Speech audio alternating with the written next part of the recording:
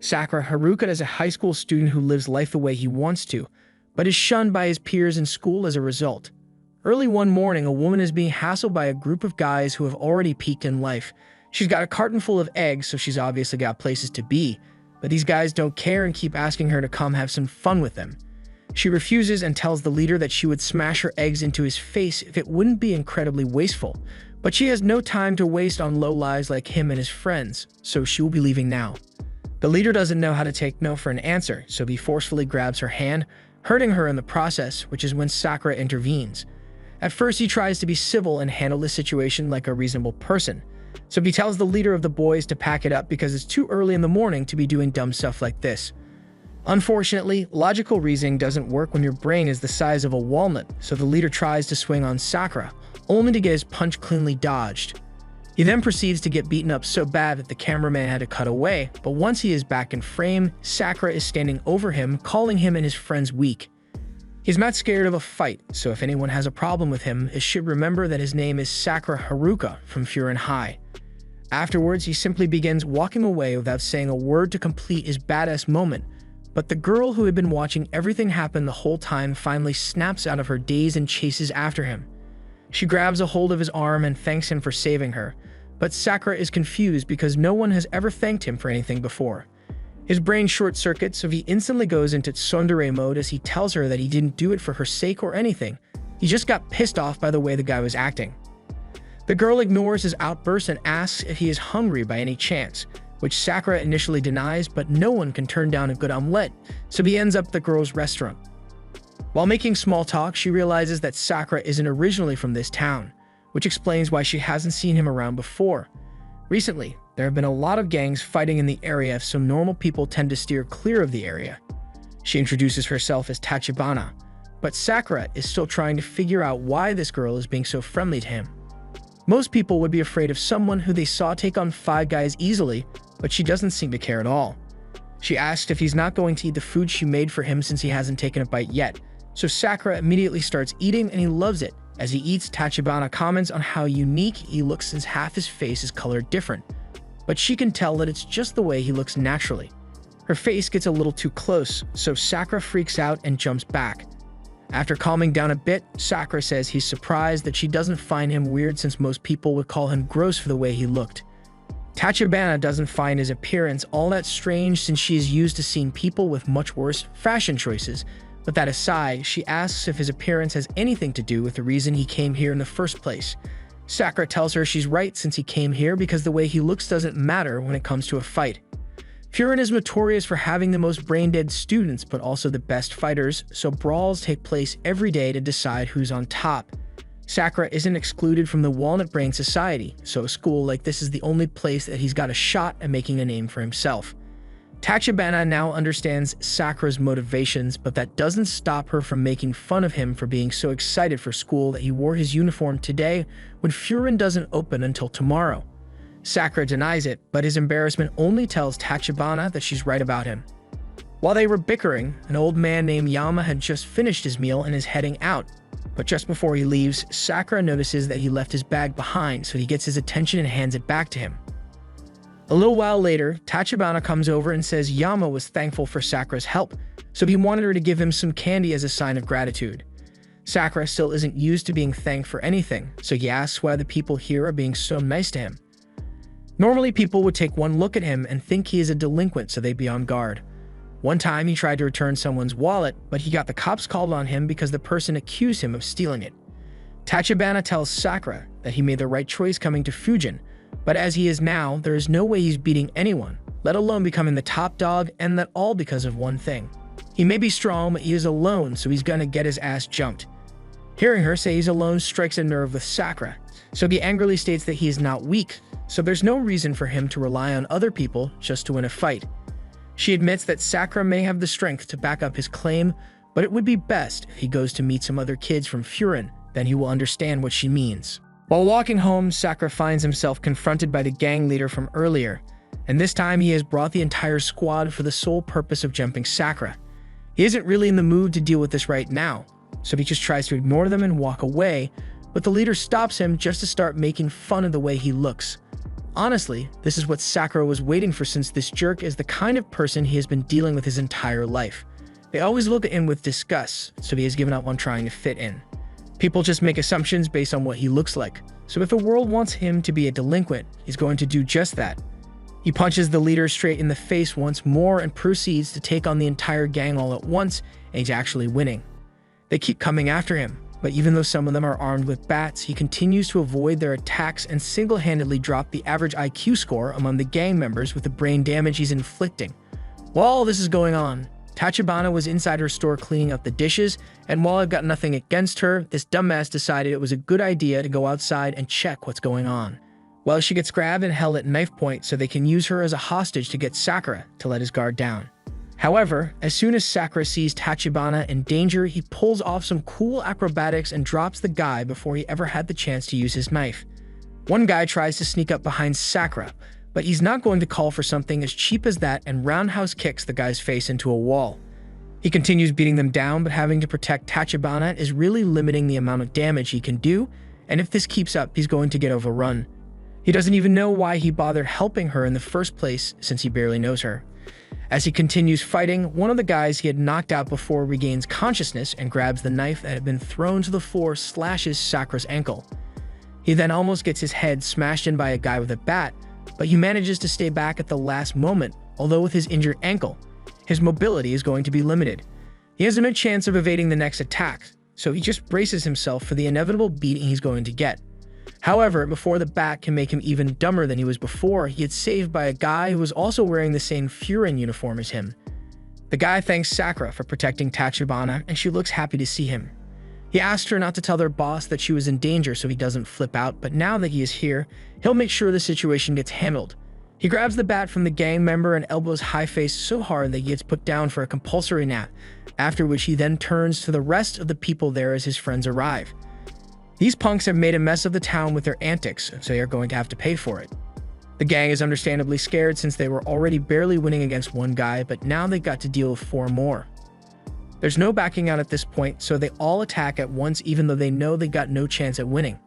All the Furin guys are just as tough as Sakura, so this fight is a one-sided beating. One guy tries to go after Sakura, and since his ankle is injured, he's not able to get out of the way in time. Luckily, Hiraji steps in and kicks the guy into a wall. He tells Sakura to stand back if he is hurt, since they won't be able to protect him if he gets himself caught in the middle, and Sakura just remains dumbfounded as people begin to cheer for the Furin guys to beat up the gang so they can get on with their days. This is nothing like what Sakura was expecting when he came here, and he never would have thought that the people here would be so supportive of Furin. Tachibana then explains to him that when she said gang make this place unsafe, that it only applies up until about 2 years ago. This was because of the students at Furin High who took the town's security upon themselves and put up a notice board at the entrance. Anyone dumb enough to cause trouble in their town will leave the town with more brain damage than they started with because they are the town's shield, otherwise known as Windbreaker. That's why the townspeople love them so much now. It's true that they were a bunch of lowlives 2 years ago, but that was 2 years ago, and now they are loved by everyone here. Sakura can't help but feel jealous that despite fighting like that, these guys are still accepted by everyone here as though they are heroes when all he ever got was scorn. He is still in shock when the townspeople turn their attention to him and start thanking him for holding off the gang until everyone else arrived. Since his ankle is hurt, an old lady offers to give him some first aid, but all this kindness is too much for him to process, so he has another outburst. Tachibana understands why he is acting this way, so she takes over the first aid for him and says that she can tell that he is alone, but he didn't choose to be alone. Whatever circumstances may have caused it, he doesn't need to give up on the people here because they need him. He was still kind enough to return Yema's bag, and he even put himself at risk to save her. So if he is willing to look towards them, then they won't turn their backs on him. Sakura doesn't know how to respond, so instead he takes off running towards the crowd and proceeds to jump 10 feet into the air. He transitions into a drop kick aimed at the gang leader who is trying to sneak up on Hiraji, and while he's not sure how he feels about this whole playing hero thing, but if people will accept him the way he is, then he will fight to defend the town. The next day, Sakura arrives at the diner, but he's got a foul look on his face because he was coaxed into giving a piggyback ride to a granny. Since they've arrived, Sakura tells the granny to get off his back already, because he's not above slugging the grandma in the face, so Granny Sayo jumps off his back and Sakura realizes she tricked him more than he thought. She had told him her hips hurt so bad that she could barely walk at all. But all of a sudden, she's able to move perfectly fine and doesn't even acknowledge it when Sakura tries to call her out on it, making him even more angry. However, despite the granny's jokes, she's still grateful to Sakura for helping her get to the diner this morning, so she thanks him. Sakura still isn't used to being thanked for things, so he starts blushing once again and wants to leave to save himself some embarrassment, but before he can go, Tachibana calls him back because she's got something special just for him. She offers him a full breakfast, free of charge, since his entrance ceremony to Furin is going to happen today, but now that she thinks about it, the ceremony doesn't start until 12, but Sakura is already dressed for it, and it's only 10 o'clock. This gives her perfect ammunition to start teasing Sakura some more for being excited about attending Furin, but he denies it and says he was just out for a walk today. Tachibana doesn't blame him for being excited, though, since she knows there are a lot of interesting people there for Sakura to meet, but moments later the front door swings wide open and Nareya walks in, or rather faceplants into the room. After picking himself off the floor, he shows everyone his brand new Furin uniform, but Sakura points out that he forgot to take the tags off clothes. Nareya then proceeds to roll around on the ground in an attempt to get the tags off his back, and Sakura can't believe a guy as clumsy as him is going to be attending Furin as well. But Nareya takes offense to this and says he's never seen Sakura around, so he must be from out of town. Which is true, but it's not like it matters where he came from. Another thing Nareya scrutinizes is the way Sakura's hair and eyes look, but while Sakura was expecting him to call him disgusting or something, he actually just thinks his hair is turning white because of stress. Tachibana finds the whole thing funny, so she acts as the mediator and introduces both of them. She explains that Sakura just moved into town yesterday, but Mirai still has no idea who Sakura is supposed to be, so he takes a look in his top secret book of names, and according to it, Sakura is a complete nobody. Sakura was about ready to throw hands at this point, but Tachibana tells him that Nareya doesn't mean any harm, he just acts like that sometimes. Nareya goes on to warn Sakura that Furin is an ordinary school to be taken lightly. The students here stood up for the locals and drive away wicked troublemakers, so all the new students to the people look up to them. With that being said, it makes no sense to him why Sakura, who has no ties to this town whatsoever, would want to come to school here. Sakura answers that he's here to take the top spot at Furin Academy. He thinks it's cool that they are protecting the town, and he knows there are a bunch of strong guys there as well, so he would be satisfied if he knew he was the strongest among them. Nareya thinks he shouldn't set goals for himself that he won't be able to achieve, because if he does, then the stress will make him go bald. Sakura has had enough of Nareya's antics, so he tells him to get ready because they're about to throw hands. Nareya doesn't like the sound of that, so he makes an excuse about it being late, so he has to leave now. Later, as Sakura leaves, he is pondering what Tachibana had told him when his path gets blocked by a surprise tray of baked goods. The baker offers them to him for free, but Sakura is confused as to why he is getting such an offer for no reason. They say it's their way of giving back to the Furin kids since they are always so helpful, and they want Sakura to have the bread because he was single-handedly holding off the troublemakers the day before, so it's the least they could do. Sakura once again can't handle being thanked for anything, so he tries to decline by saying he's not hungry, but the bakers are insistent and give him the bread anyway so he can eat it for lunch today. And they weren't the only ones to offer Sakura free stuff. After all the thanks the townspeople gave him, it looks like Sakura just did a week worth of shopping.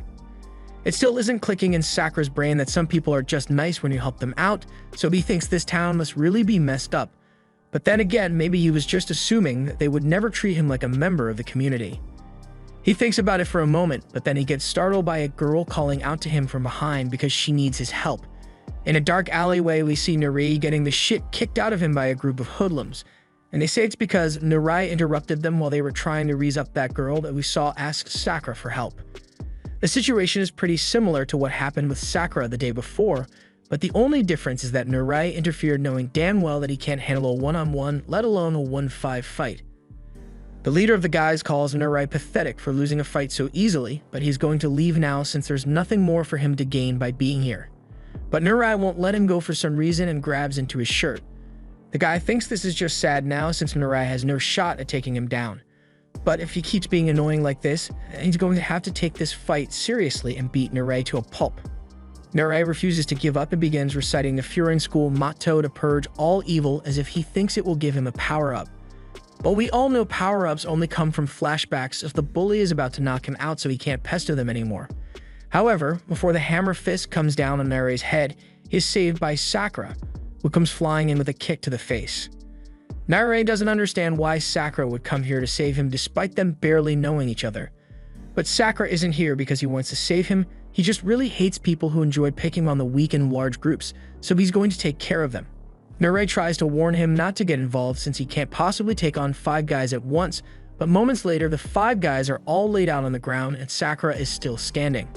Narei is amazed by the strength Sakura possesses and thanks him for saving him just now, but he apologizes because Sakura must be disappointed in him. Sakura has no real feelings on the matter, but he tells Narei to know what he is capable of handling before he gets himself into fights out of nowhere. Narei gives his backstory of how he used to get bullied a lot in middle school, but then one day he was saved by someone from Furin. Normally, he would only ever be afraid of someone like that, but in that moment, he thought the guy looked really cool. He wanted to be just like that guy, which is why he came to Furin, but he is still such a loser. Sakura thinks about it for a moment and realizes that he may have judged Narei a little too harshly at first. He may not be much of a fighter, but he still had the guts to help someone in trouble and not back away from a fight. At least in Sakura's books, that makes him a decent guy. The girl from earlier comes running over to see if Narei is alright, and since he doesn't want to be seen crying, he says he is alright. The girl is thankful to him for stepping in to save her when those guys started hassling her, and Sakura as well for helping save Narei when she asked. Once more, Sakura is embarrassed by being thanked, so he tries to leave, but Narei calls out to him and pulls out his top-secret book so he can start recording everything there is to know about Sakura. From his height to the type of girl he likes. Sakura doesn't appreciate getting his info documented like this, so he smacks Narei on the head, but Narei says he was just doing it because he enjoys gathering the data of people he looks up to.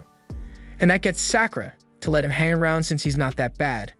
Narei may not be of much use in a fight, but he is sure he can help show Sakura around town since he is new here. But for now, they have to head to school since the entrance ceremony will be starting soon. After that, he and Narei finally arrive at the school, and Narei is pumped to check out the class rosters to see which class he'll be in. Luckily, he and Sakura are in the same class, as well as a bunch of other people he looks up to, but has never actually spoken to. Sakura tells him to stop geeking out over who's going to be in the same class as him because at the end of the day, it doesn't matter.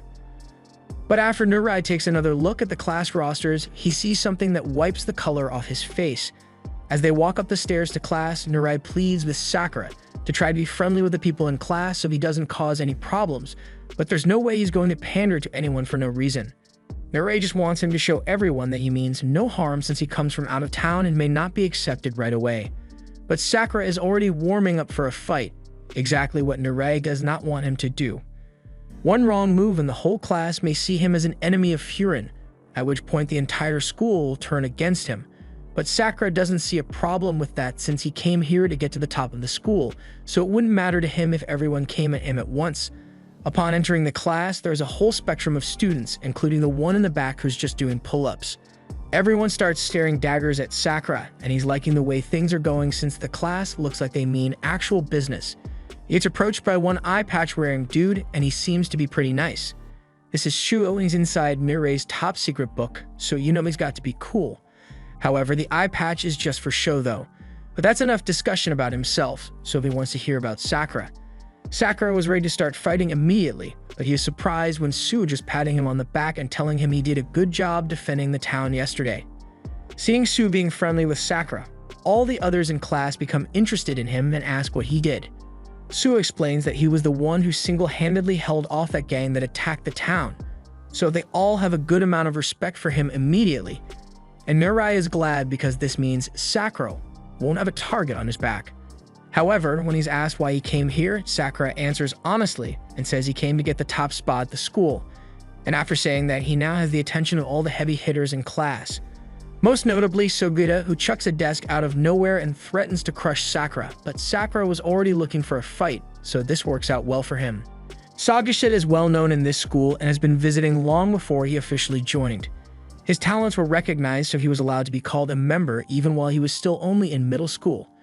And right now, the reason he is going after Sakura is because he has somewhat of an obsession with the person in the current #1 spot.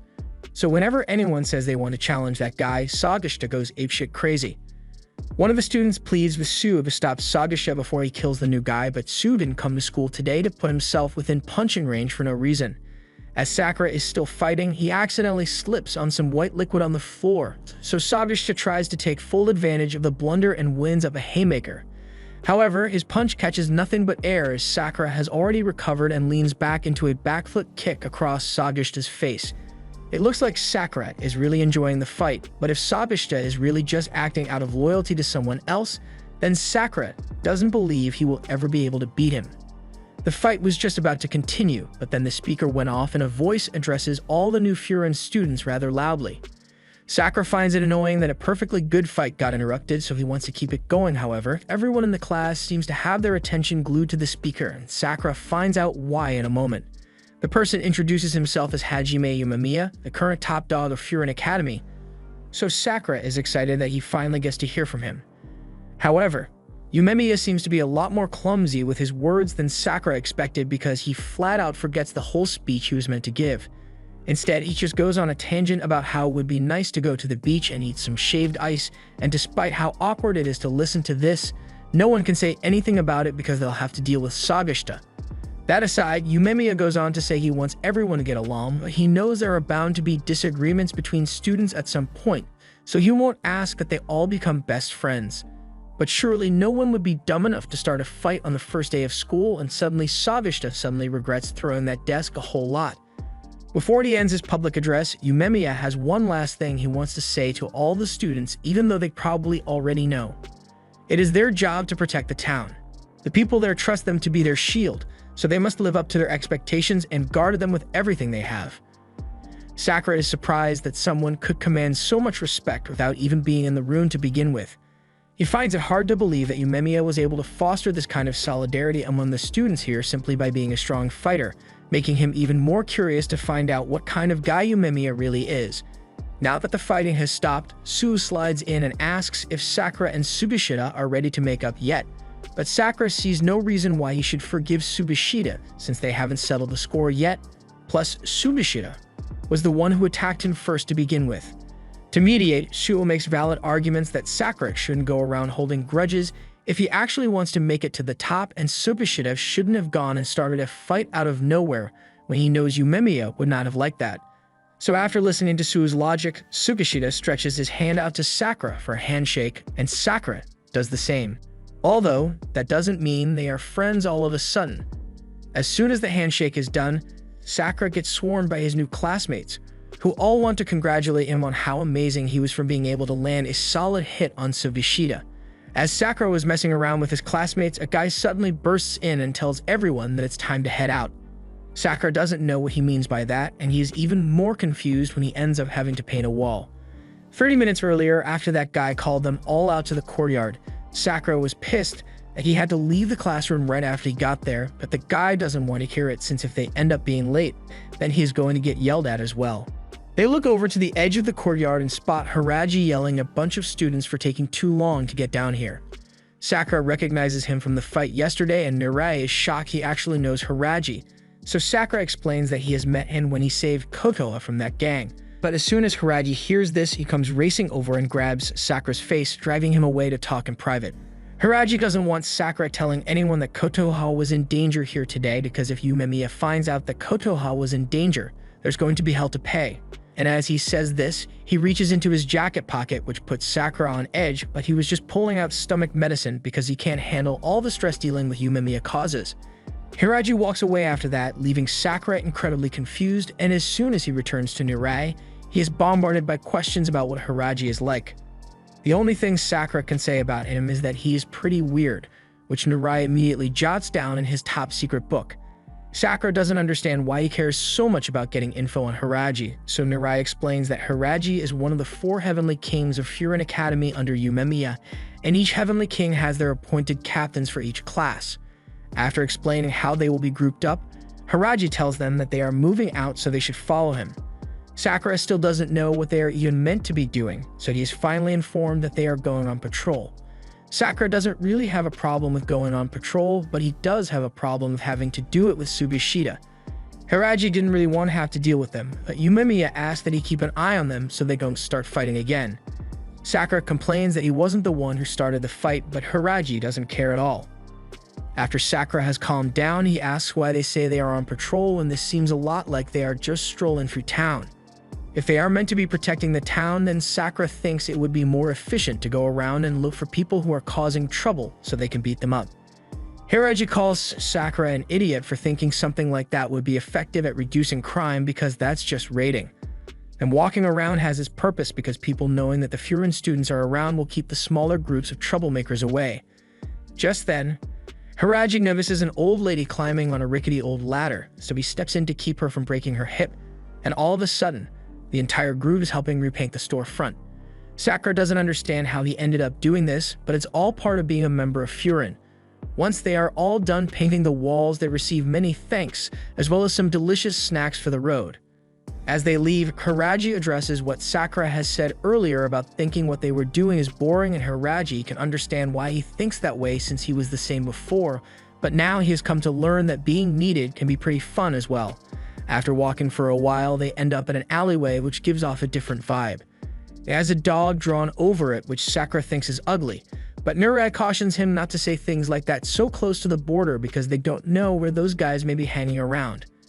This is the territorial border between Bafurin and another group, so they can't cause trouble on the other side of that overpass. Over there, Bafurin's rules mean nothing because they have no jurisdiction. The group is called Shishitoran, and they believe only in absolute power. Mirai said all this with the intent of stopping Sakura from causing trouble, but he only managed to get him more interested. Just then, they notice one of the Furin students being chased down by a couple of people from Shishitoran, but he's on their side of the track, so Hiraji can't get involved. The guy was about to get caught before he could cross back over to Furin territory, but Sakura and Sugishita don't really care about rules, so they both jump in and knock out one of the Shishitoran people. Naraya thinks this is going to cause trouble since they struck Shishitoran students on their turf, but Sakura believes it's only fair that they fight back since Shishitoran clearly attacked one of their own first. However, even though Sakura and Sugishita just laid out one of their people, the others there don't seem to care about what happened to him in the slightest and start shitting on him for losing a fight after just one kick. Just then, someone approaches from behind, and the two Sugishita students immediately have shivers sent down their spines because they know exactly who this is. Joe Togame. He is the second in command at Shishitoran, and he came over here because he heard a commotion, but he is surprised to see one of his people knocked down on the ground, so Hiraji steps up and informs him that the unconscious guy was chasing after one of Furin's people, so they stepped in and stopped what was going on. Once Togame grasps that what happened here was the work of Sugishita and Sakura, his reaction gets Sakura excited since he believes he might get a good fight from this guy. But soon after, the unconscious guy wakes up and begins yelling at Sakura for breaking the rules and interfering in the business of the Shishitoran group. However, as he was going on with his rant, Togame clocks him over the head with a bottle, making him go unconscious again. If there's one thing Togame hates, it's weak losers, and especially those who try to hide behind rules and order, so he starts beating the guy up because he doesn't belong in Shishitoran anymore. It gets so bad that Hiraji has to stop Togame and ask if he is really on the same team as the guy he is beating up. Togame pauses the beating for a second just to say that the guy isn't his teammate anymore.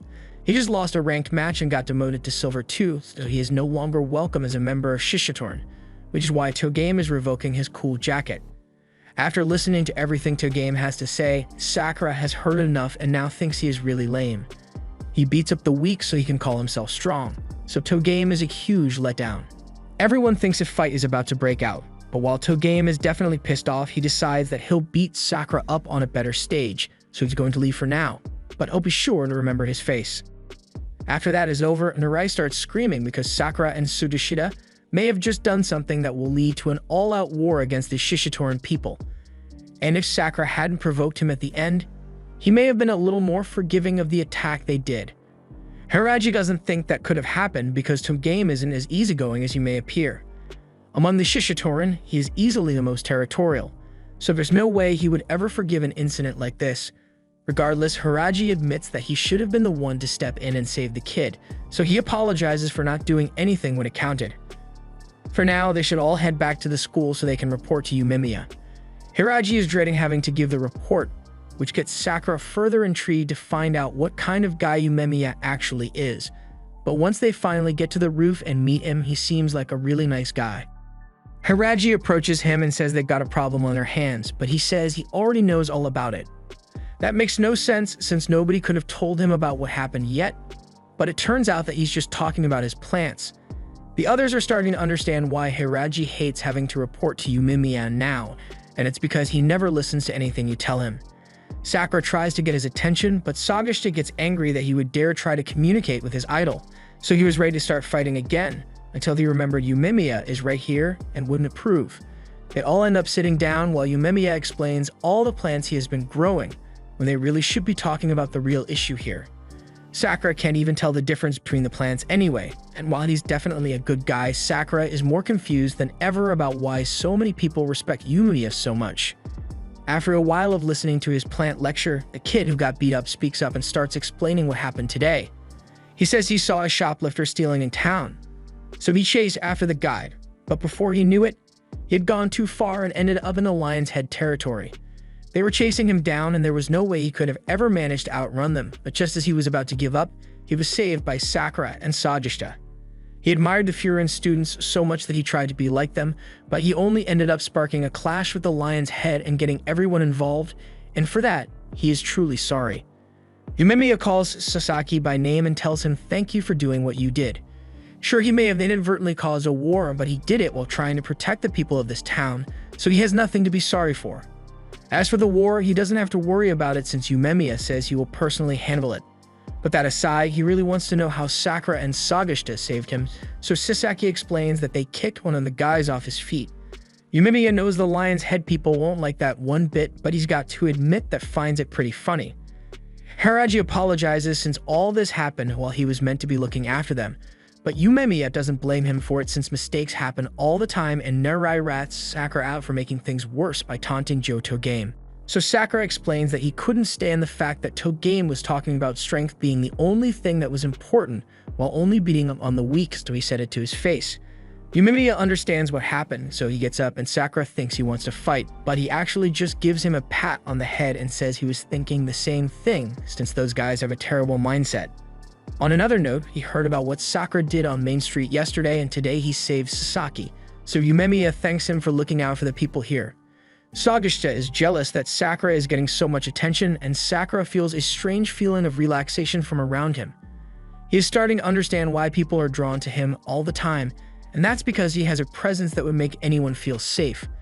However, Sakura won't let himself give in to that warmth, so he slaps Yumemiya's hand away. Just then, Hiraji gets a call from Kaji, but the only words he can hear him say over the phone are the words Lion's Head before he gets cut off on the phone. Yumemiya asks if something is wrong, but then a moment later they hear someone talking on a megaphone. So they all look down to the courtyard and see a guy dragging the unconscious body of one of the students here. He says he is the leader of Shishitorin, otherwise known as Lion's Head, and his name is Tomiyama Choji. The reason he has come here today and beaten up so many Furin students is because he wants to have a good and clean fight with Yumemiya, and his smile shows just how excited he is for it. Narei is freaking out over the fact that the leader of Lion's Head is here in person, while Sakura is just getting excited because he knows Tomiyama must be stronger than Togame. In that same moment, Sakura feels an unbelievable presence behind him, and he can't tell what it was, so as he sees Yumemiya leaving, he starts following him. The others do the same, and once they are all outside, Yumemiya tells them to stay out of this one. Sakura, as usual, insists on wanting to fight, but Yumemiya just coldly warns him that he doesn't repeat orders twice. Sakura is instantly hit with a sudden wave of obedience because he knows he would have caught a straight punch if he talked back just now, but he has no idea how Yumemiya's entire demeanor could have changed so suddenly.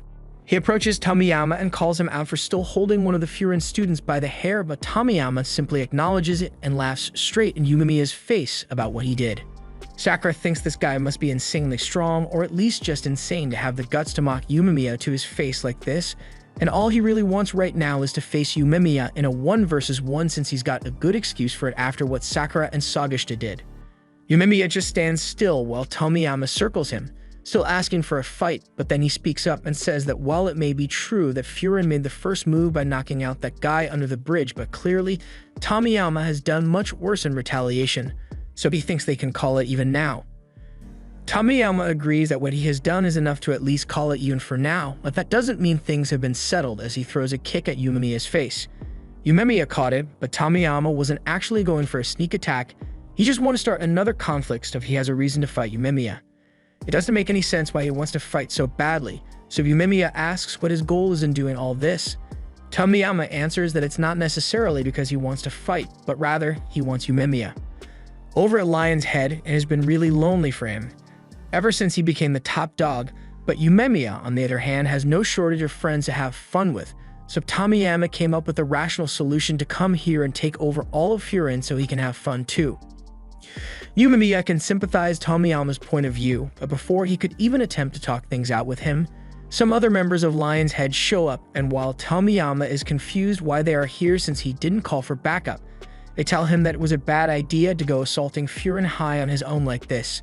Sakura and the others walk forward to join Yumemiya, and even though he tries to get them to back off again, Sakura stands his ground because while he can respect a duel, he won't stand for a jumping. Tomiyama is getting frustrated since he was just about to get a proper duel with Yumemiya, so he wants everyone else to leave already. But Togame doesn't think a duel is really going to work out today, especially when they've got the entire student body staring them down at the moment. Yumemiya sees what's about to happen, so he yells for everyone in the classes to stay where they are as he steps forward, saying he will take Tomiyama on in a duel like he wanted. He just wants him to tell the others to stand down so things don't get messy. Tomiyama is glad to finally get his match, but then one of the Lion's Head kids begins mocking Yumemiya for being such a softie, and this sets off Sagasha, who can't stand any Yumemiya slander. Another one tries mocking Suo for looking so plain that he needs to wear accessories to stand out, but with how he's holding his hands in the anime girl pose, Suo just thinks he is cute. Togame says everyone should calm down for a bit, and then he tells Tomiyama that even if he wants to have a duel, he should save it for another day since it's already getting dark. And if they start fighting in the dark, they won't be able to admire how badly they beat down the Furin students. Sakura retorts, saying the only one getting their faces smashed in is gonna be Togame, and since Tomiyama can see that there is clearly some tension between these two, he suggests that they make the duel a team match instead. They can have a bunch of one-on-one battles, and the combatants are going to be Yumemiya and Tomiyama, Togame and Sakura, Sagasha and this guy, and finally Suo and the kawaii boy. Yumemiya protests, saying that if it's a duel he wants, and the two of them should be enough. But Tomiyama now wants it to be a tournament because that sounds like way more fun to him. Sakura and the others agree to the terms of the tournament, but at the last moment, one more guy from Lion's Head comes out and asks to join in because he wants to take on Haraji, and Haraji seems to have some beef with him. So he accepts the challenge and joins the tournament as well. Since everything has been settled, Tomiyama says he will be putting the Lion's Head team on the line for this, so everyone should do their best and have fun. Later, the guys head over to the cafe to get some food and relax, and Narai is freaking out because he thinks the situation is really, really bad for them. Sakura is getting tired of all of Narai's complaining, but he is the reason all this started in the first place. Kotoha brings over some food and tells Narai that there's no point in getting so stressed about it all since it won't change what happens, but Narai has good reason to be worried, since if by some horrible turn of events, Yumemiya were to actually lose, then Boffurin may cease to exist altogether. Konoha still maintains her point that worrying about things won't change anything either way, but you should know better than anyone that these guys aren't so weak that they would lose to Lion's Head so easily. Sakura scarfs down his food insanely fast, and once he is done eating, he asks if he can leave for the day. Narai is shocked that he finished so fast, but they are meant to be waiting for Yumemiya and Haraji to show up since they had to stay back and convince the rest of the Furin students not to do anything that would complicate matters further. Sakura understands that, but he doesn't know why they have to meet up here of all places, so Suo explains that this is somewhat of a hangout spot for Furin, and they usually gather here before big fights happen. Just then, Yumemiya comes bursting through the door and immediately begins fawning over Kotoha. Sakura thinks this must mean that she is Yumemiya's girlfriend, but they both immediately deny that. Yumemiya instead asserts that Kotoha is his darling little sister, but Kotoha denies this as well, leaving Sakura confused about what their actual relationship is. Kotoha is embarrassed to say this, but she explains that both she and Yumemiya were raised in the same orphanage, and Yumemiya just one-sidedly decided that she was his little sister at one point. Sakura doesn't find the situation all that weird, but he is a little shocked to find out that she is the little sister here. She says she is only 16, but he was sure that she was at least 20 or something since she acts so mature. But as he says this, he gets a chair thrown at him by Sagasha, which gets on his nerves, but what really scares him is the way Yumemiya is looking at him like he was just about to do a lot worse to Sakura. He laughs it off, and Hiraji reminds Sakura that he must never let Yumemiya know that Kotoha was ever in danger or hell's going to break loose. A little while later, Yumemiya is enjoying his meal, but Hiraji seems to be lost in thought about something. He has been thinking about the former top dog of Lion's Head, and that gets Sakura wondering if Lion's Head used to be different from how it is now.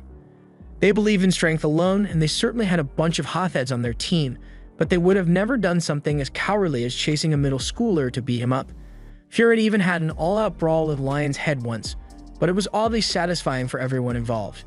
However, since Tomiyama took over, things have gone downhill with him picking fights all over the place, and they've never been the same since then.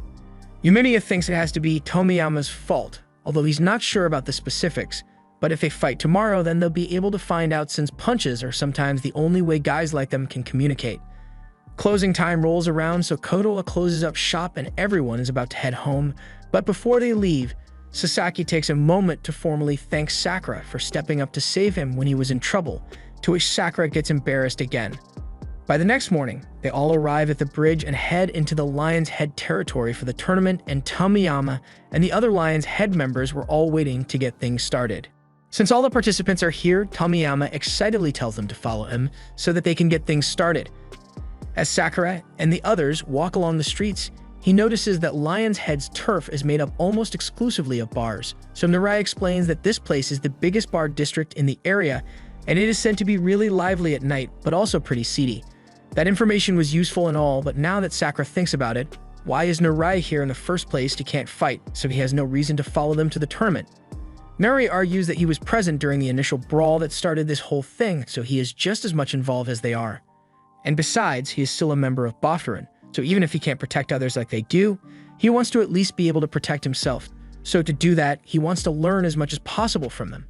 Sakura blushes a little and says Mirai can do whatever he wants, but Hiraji thinks they are taking this tournament not seriously enough considering it will decide the fate of Boffurin as a whole, but Yumemiya doesn't think it's worth worrying about because from what he can tell, they are pretty dependable. Since they were falling behind, Tomiyama comes back to tell them to keep up with the group. Eventually, they all arrive at their destination, so Togame officially welcomes them to the Lion's Head base. This place is an old abandoned movie theater that Lion's Head took over, so they now call it the Cage. And once the Furin guys make it to the stage room, they find themselves completely surrounded by an audience of Lion's Head members, and Mirai is starting to regret his decision to follow the others here, because the odds of them getting jumped just flew through the roof. Sakura tells Mirai not to show any signs of fear and look forward since he said he wants to learn. Meanwhile, Tomiyama steps out in front of the crowd and starts getting them hyped up about the duels that are set to begin soon. And while he does that, Yumemiya talks to the guys and tells them that this may have turned into a whole tournament, but the main event is still going to be the fight between Yumemiya and Tomiyama, so the rest of their fights won't have much of an effect on the bet that was made, meaning it doesn't matter if they win or lose. However, it matters a lot to Sakura since he doesn't plan on losing to anyone here, and neither do the rest of them.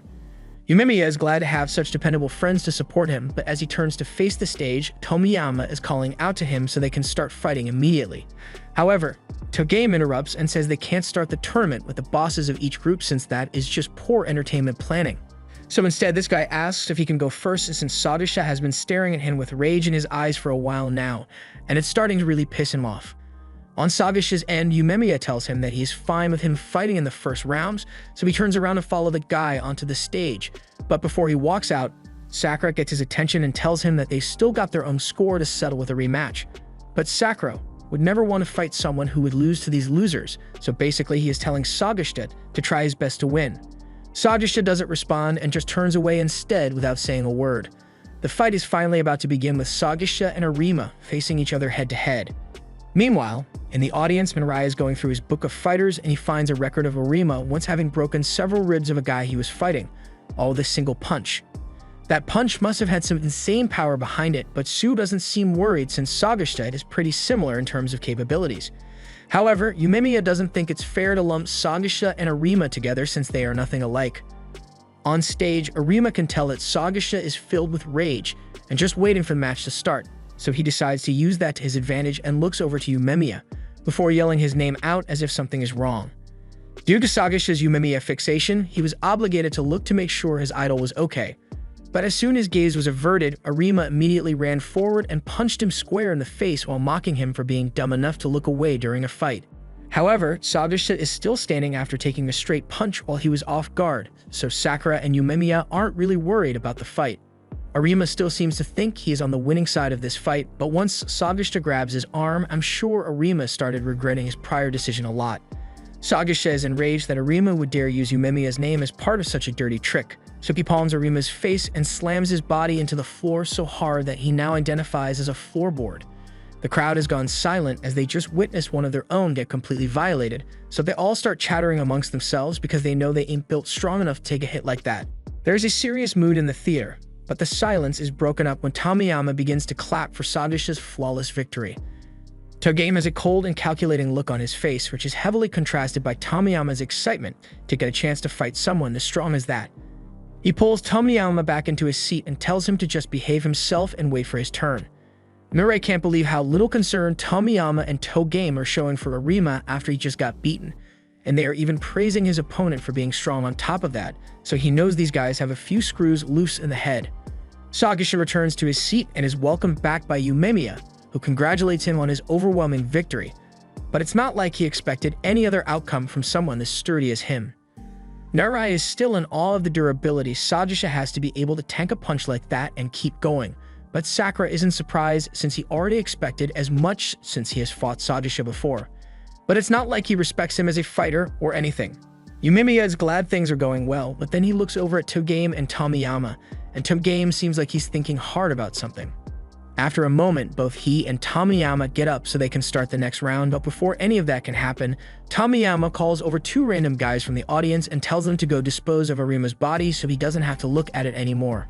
They do as they are instructed and drag his body off stage, but they give up on carrying him backstage, so they just drop his body on the floor since they can't be bothered to be nice to him. He always acted like he was really tough around them, but now look at him, laid out on the floor and looking goofy. After kicking him in the face, they start walking off, but Sakura can't stand the sound of them talking about strength, so he tells them to keep their mouths shut until they can understand what real strength is. The two guys take offense to this and start picking a fight with Sakura, but Sue tells him there's no point in wasting his breath talking with them because those kinds of people will never understand unless they get a good punch to the face. One of the guys then grabs Sue's jacket and is about to fight him, but Tomiyama organized a set of predetermined fights for today, and he's not going to let some nameless background character ruin that for him, so he tells the guy to back off. They are stricken with fear, so they do as he says, and now that order has been restored, Tomiyama asks for the next battle to begin. Sakura wants to go next, but Sue tells him that it would make more sense for him to go next with the current order of things, so he calls over to Kanuma so they can begin their fight. As Kanuma walks towards the stage, Sue gets up to go as well, but before he leaves, he addresses Sakura and tells him that he thought Sakura's goal of becoming the top dog at Furin was stupid when he first heard it. Sakura thinks he's trying to start a fight with him, but Sue goes on to state that he has changed his mind after he saw that Sakura's words had genuine motivation behind them, so now he thinks Sakura is pretty cool. That's why he is going to work hard so Sakura doesn't surpass him so easily. As the fight is about to begin, Sakura asks Narai if he has any information on Suo, so Narai looks in his book. But while it says he is famously strong, there isn't any specific data on how he became so strong or who he has beaten before. It's the same with everyone else too, as they've heard a lot of talk about Suo, but they don't actually know how he fights. Kanuma is biting his fingernails in anger over what the Furin students have done to Arima, and Suo is surprised that he can actually feel compassion for another person, but he is only angry about what happened to Arima because they've been together for a long time, but now that he has been eliminated, his career in Lion's Head is ruined. Suo finds it childish to only make a fuss for someone else's sake when you are personally affected. His taunting gets to Kanuma, so he charges at him, but Suo calmly grabs his hand and parries his punch with ease. Kanuma is confused about what just happened since he can tell that Suo's movements just now were completely reactive, so he comes up with a bright idea to just punch faster so that Suo can't react in time to dodge. However, that doesn't go so well for him, and he ends up on his back looking goofy in front of everyone. He tries to regain some of his dignity and grabs Suo's leg for another attack, but he just gets himself thrown to the floor once more. The embarrassment is getting worse and worse as Suo is now lecturing him while he's on the floor, so he tries attacking again. But as expected, Suo uses his momentum against him once more and makes him hit the ground. The Lion's Head crowd begins yelling obscenities at Kanuma because they think he isn't taking this fight seriously, but he is actually trying as hard as he can right now. Sakura realizes that under that fake smile, Suo is actually pretty heartless when he wants to be. He already knew Kanuma was weaker than him, but rather than take him out quickly and let it be done with, is making a mockery of him. Kanuma probably feels like he would rather be dead than keep fighting Suo like this, but Suo probably had his own grudges against Lion's Head, so this is his way of taking out his anger on them, although Hiraji never expected him to be so emotional about it. But then again, he could just be showing him off because Sakura is watching. Over on stage, Kanuma just missed a punch that had him stumbling across the entire stage, but after catching his breath, he goes back in for another attack, only to miss more of his punches and get pushed back. He tries kicking Suo, but that just gets him a first-class ticket back to the floor. He gets points for resilience since he keeps fighting, but with how much he has been kissing the floor this entire fight, he may want to consider just staying down.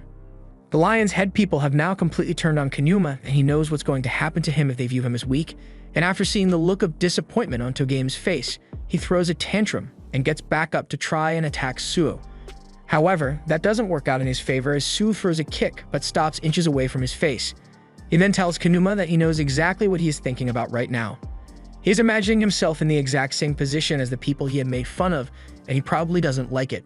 Suo tells him that this is a first great step towards his reform as a compassionate person, but the next step is to beat it into him so he doesn't forget what it feels like to be a loser. But before Suo can do that, Togame tells him to stop since the fight is already over, and he doesn't want Kanuma disgracing them any further. In fact, to make sure they don't have to deal with his dumbass anymore, Togame officially kicks him out of the Lion's Head, so he has lost everything in one fight. Suo is satisfied with what he has done to Kanuma, so he walks off stage, leaving him with a reminder of how important it is to be compassionate towards others. While Suo leaves, the audience of Lion's Head are left silent from the violations they just witnessed, and even more so from the fact that Suo is only a first year in Furin, so they are starting to realize that they can't afford to mess with Boffurin. Yumiya congratulates Suo on such an overwhelming victory, while also complimenting him for being strong, but Suo doesn't think of himself as all that impressive.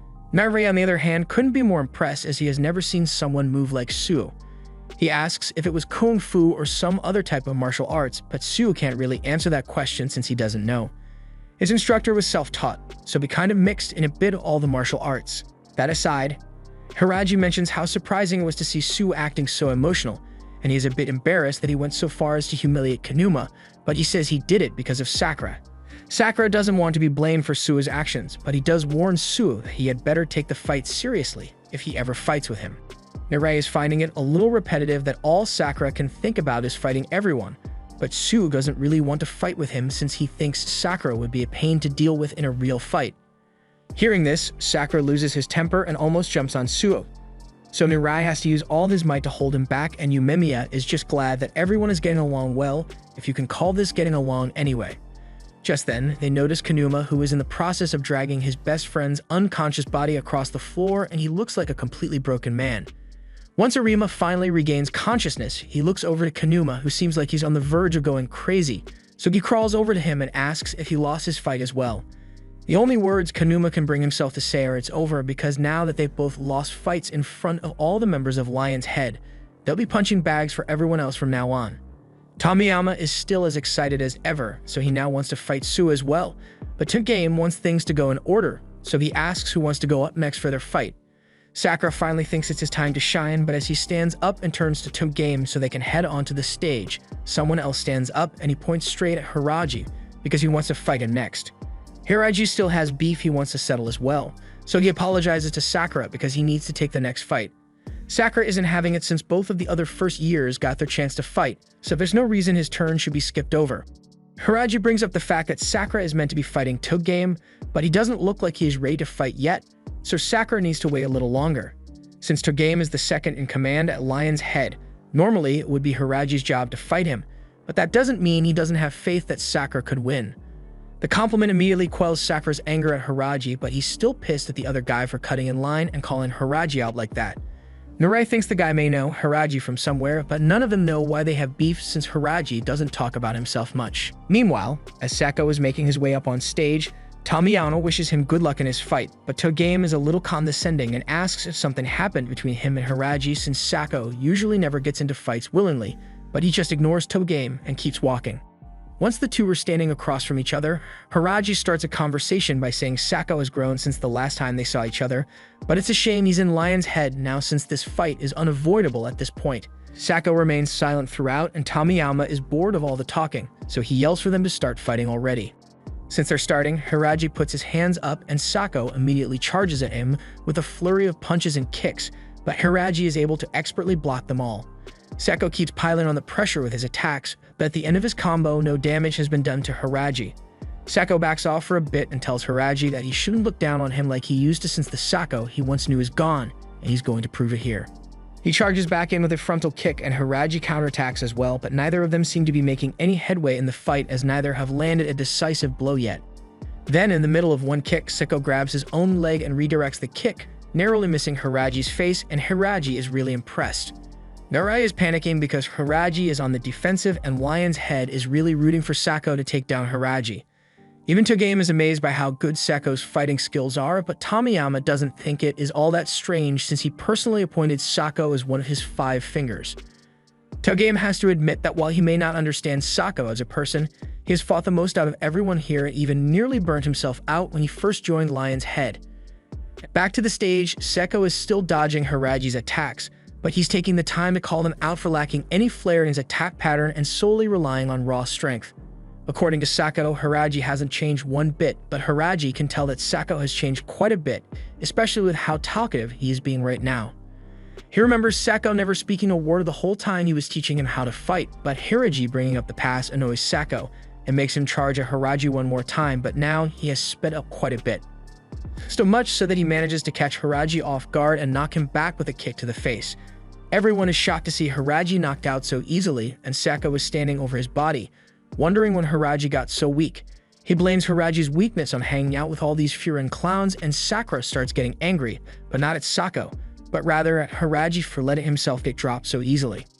Sue finds the whole thing's funny, but more so because Sakura is starting to care for his friends more and more. Sakura gets embarrassed by Sue's assessment and says he was just pissed because Sako was making fun of them, but Yumemiya then speaks up and tells them all to calm down because it's not over yet. He then addresses Sako and reminds him that Hiraji is one of the 4 divas of Boffurin, and specifically, he is their Taman, so he asks if Sako knows what else a Taman is called. Sako doesn't understand the point of such a stupid question, but once a hand lands on his shoulder, he is shocked to see that Hiraji is back on his feet and as active as ever.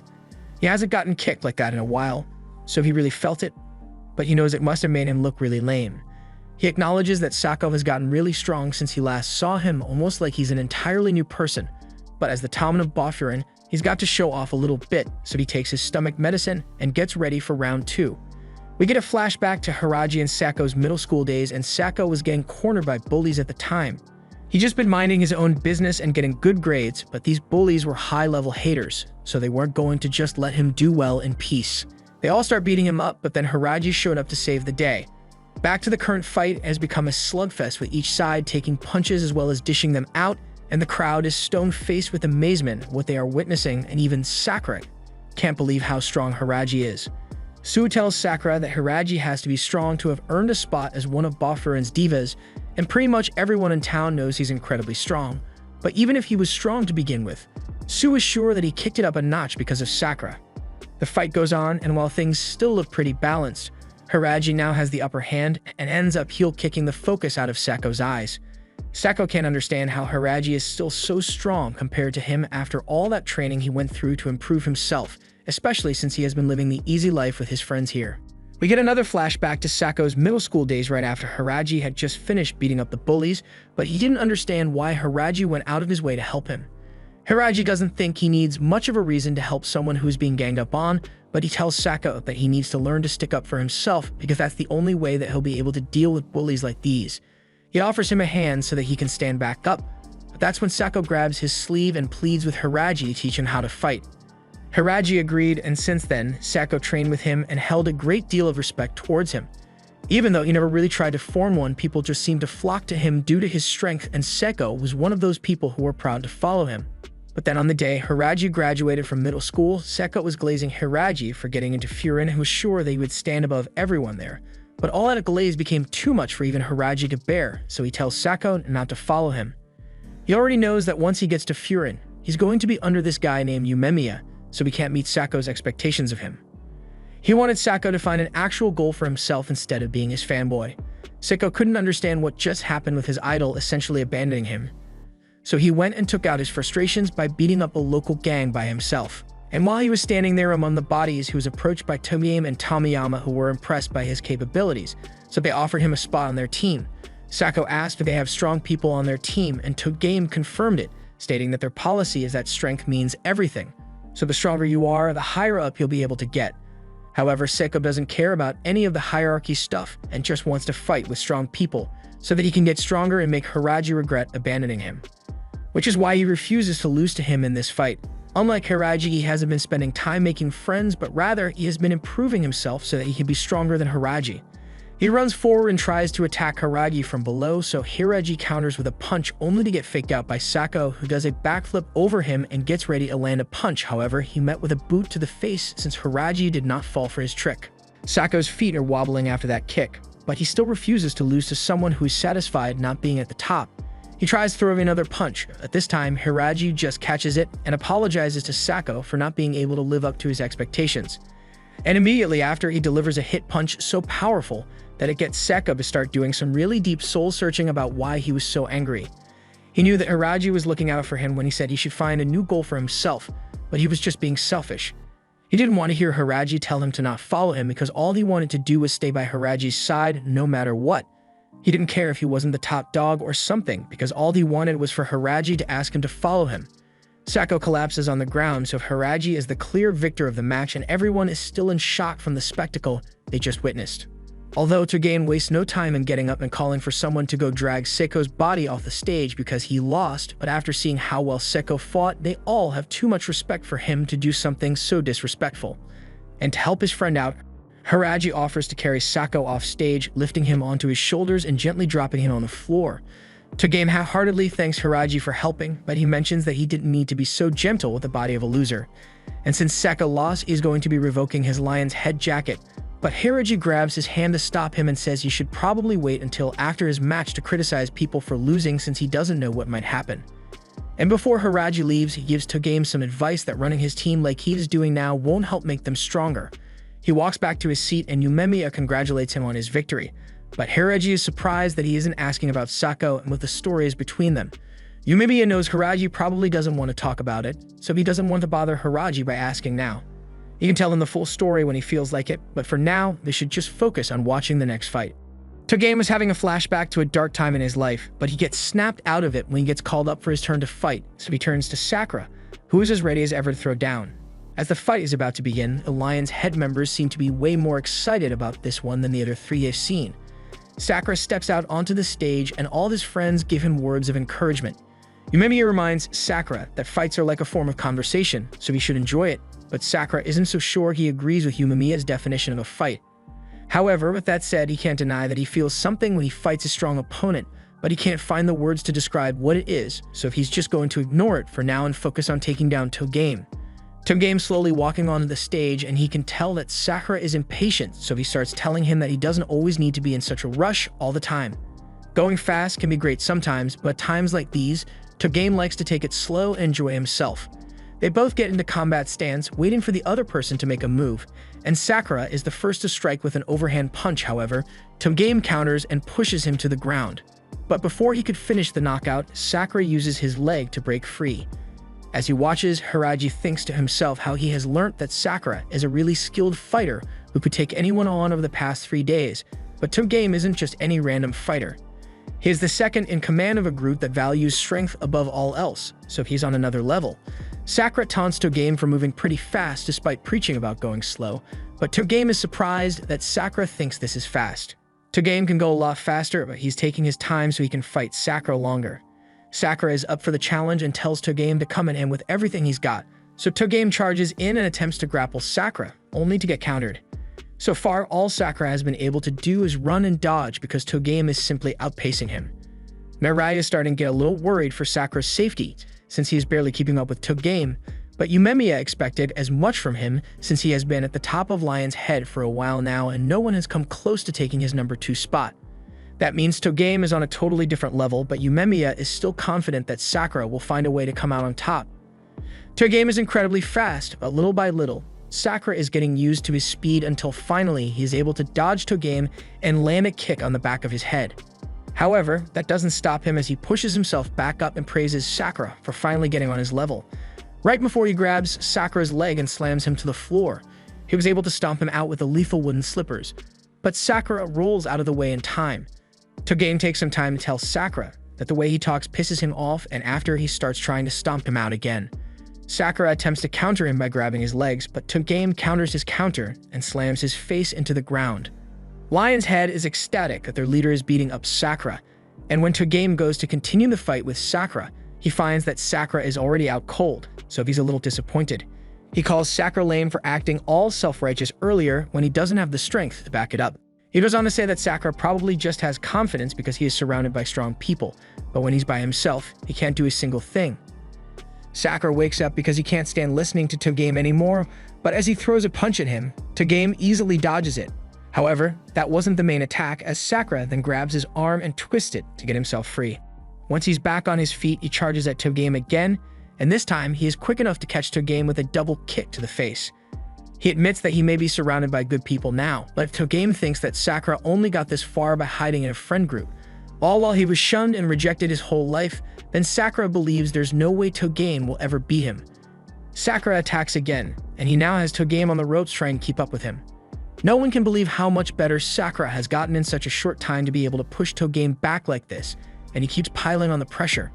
Sakura yells that if he wins this fight, then Togame will have to admit that Lion's Head's philosophy of only strength mattering is stupid. Sakura then kicks Togame straight across the face and sends him stumbling back. But that last statement Sakura made about Lion's Head's philosophy being stupid pissed Togame off to a whole new degree, so he regains his footing and proceeds to evict the soul right out of Sakura's body with a kick he delivers to his chest. Sakura is gasping for air on the ground while Togame walks up to him and says he knows nothing of what Lion's Head is about. Their philosophy is there to make everyone aim for new heights in strength. Meanwhile, Sakura is just here playing his hero game. Sakura's face gets smashed into the floor and doesn't look like he'll be getting up this time, so the Lion's Head members begin cheering for their captain. Nurei is really worried for Sakura's safety, but Sue doesn't think Sakura is out for the count just yet. Sakura raises his head from the floor, telling Togame that his philosophy may sound nice when he says it out loud, but in practice, it's nothing more than bullying one another for no reason. Togame doesn't want to listen to Sakura's yelling anymore, so he raises his leg to make sure he knocks him out with the next stomp. But Sakura goes on about how there is nothing honorable about beating people who have already lost the fight up, or chasing down middle schoolers to beat them up. Togame's foot comes down, but he didn't hit Sakura because he just realized something. He has no idea about what happened that day, but it all makes sense now since he figured that Furin would never cause trouble for no reason. He walks off stage to confront the two that were there on the day of the incident and asks them to explain exactly what they were doing before he got there. They admit that they did see the middle schoolers, but they try to pass off the bullying as a game they were playing. However, Togame is not dumb and starts beating both of them up for dishonoring the Lion's Head name with their dumbassery. He then strips them of their jackets to make a statement that they are not welcome here anymore, but Tomiyama wants him to finish his fight with Sakura and leave the disciplinary action for later. Togame stays silent, but he does as Tomiyama wants and returns to the stage where Sakura has finally managed to get back on his feet, and he apologizes for keeping him waiting, but he's ready to continue the fight now. We get a flashback to a particular festival night when Togame was cornered in a back alley by 4 Lion's Head dudes. Although they were the ones getting their asses beaten since Togame was so far above their level. After taking them out, he saw that a bunch more of them were coming this way, so he's going to have to beat them up as well, but before he sends more of them to the hospital. Tomiyama showed up and was really amazed with how strong Togame was, so while ignoring the bodies of his fallen comrades, he invites Togame to join Lion's Head. At the time, Tomiyama had just recently joined as well, but he was sure that Togame will fit right in with the rest of the people there. He still couldn't wrap his head around why Tomiyama would invite him after he literally beat up a ton of his teammates, but Tomiyama didn't give him any time to think and drag him off to the Lion's Head base. Togame ended up joining, and little by little, he grew to love the Lion's Head group, and it was all because of Tomiyama. Then one day, while nothing in particular was happening, Tomiyama got bored and went looking for Togame to ask him if he knows what it means to believe strength is everything. Togame already knew all about it since it was mentioned on the first day he joined Lion's Head. That doesn't stop Tomiyama from talking about it again. He believes it means never yielding to anyone and making a vow to assert yourself, so strength gives you a ton of freedom. A while after that, some of the older Lion's Head members were talking about how the new recruits are doing an amazing job. Just the other day, Togame and Tomiyama raided a rival gang's base all by themselves, and the two of them completely decimated everyone there. After they were done with that, they returned to the rest of their group, and it looks like the only reason they attacked the rival gang was to get revenge for what they did to Kanuma.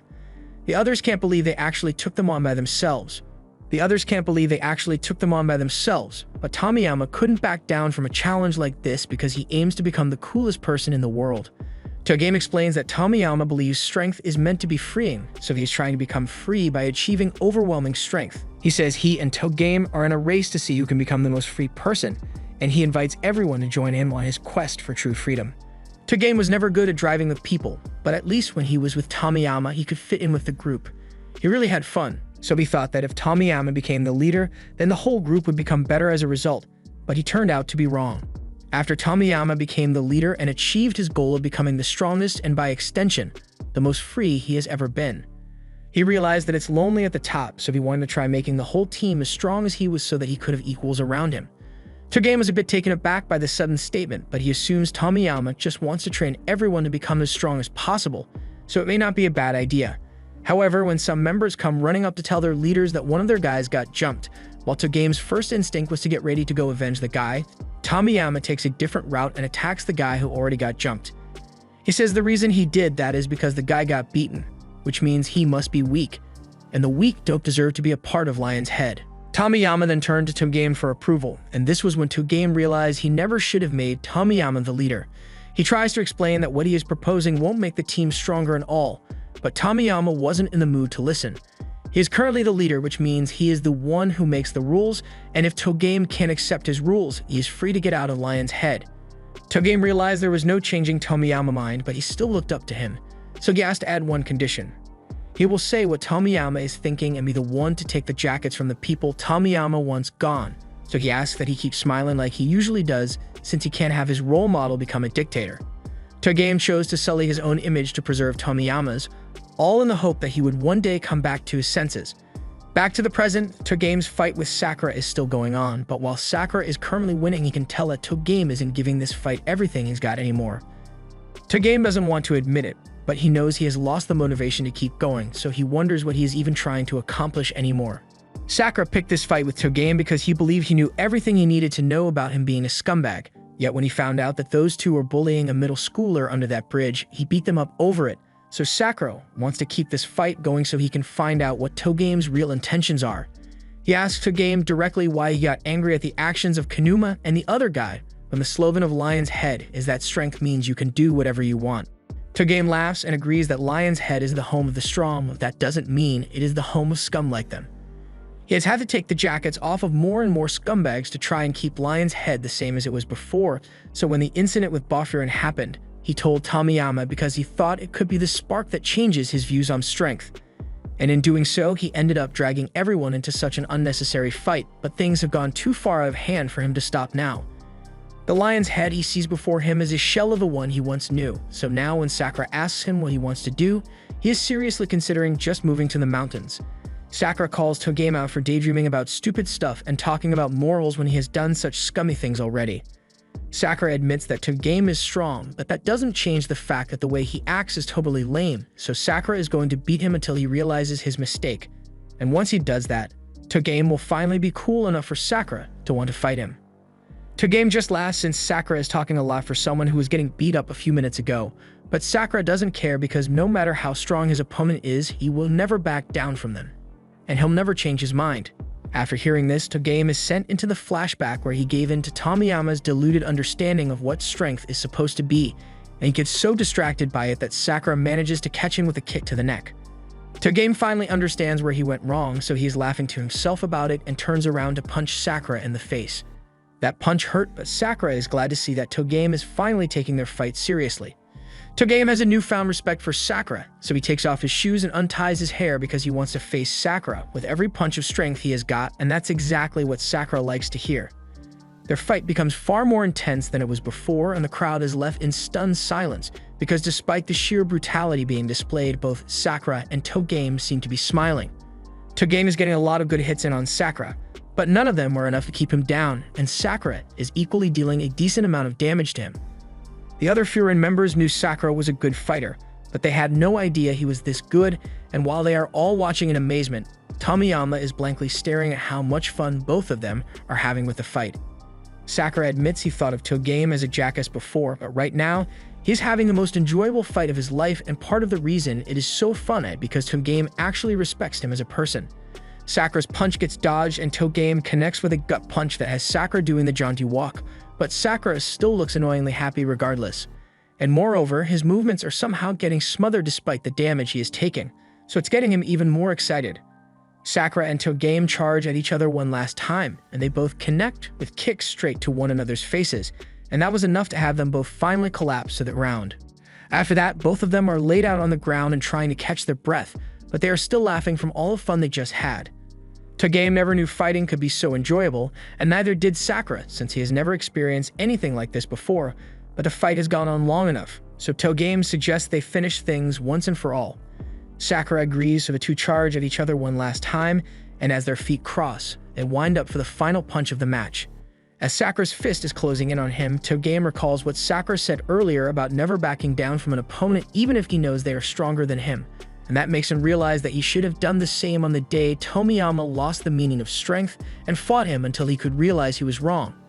But instead, he chose to turn a blind eye to his misguided friend and let him continue down the path he was headed. He failed to assert himself because his mentality was weak, but that isn't a problem Sakurama has since he isn't afraid to assert what he believes to be right, and he's probably going to grow to be a lot stronger than he was today. So Togame hopes Sakura never changes and keeps being the same hard-headed fighter he got to meet today. Sakura's fist is the first to connect, so it looks like Togame has lost this fight, but even as he is falling to the ground, he is thankful to Sakura for showing him what it means to be truly strong. Once he is on the ground, he raises his hand and says he is down for the count, so Sakura is to be declared the victor of the fight. None of the Lion's head members can believe that their captain would actually surrender in a fight, and neither can Sakura, so they think they must have misheard him or something, but there's no mistaking it. Togame clearly said he gives up, so Sakura just beat the second in command of Lion's head, but he doesn't seem very happy about it. He knows Togame still had more in the tank, so he asks why he would choose to give up and let Sakura win. But before he could get an answer, Tomiyama jumps up on stage and compliments Sakura on being really strong, so he would love to fight him sometime. But since his match with Togame is officially over, he wants to get his own fight with Umemiya started and begins calling him onto the stage. Sakura tries to stop him since he doesn't want to end his fight yet, as he isn't satisfied with the results yet. But while this is going on, Togame gets up and attempts to make up for his earlier mistakes. He tells Tomiyama that what he is doing is wrong, and they should just end things here, but as he is about to touch Tomiyama, he gets hit with one of the quickest roundhouse kicks I've ever seen and goes flying into the wall because of it. Even though they were friends a few moments ago, Tomiyama can't stand the sight of Togame anymore and tells him to shut up. But what he just did earned him the wrath of Sakura, so he gets grabbed by the collar and is about to get punched, but he seems to be happy about it. Just before Sakura can land the punch though, Umemiya arrives on stage and catches his arm.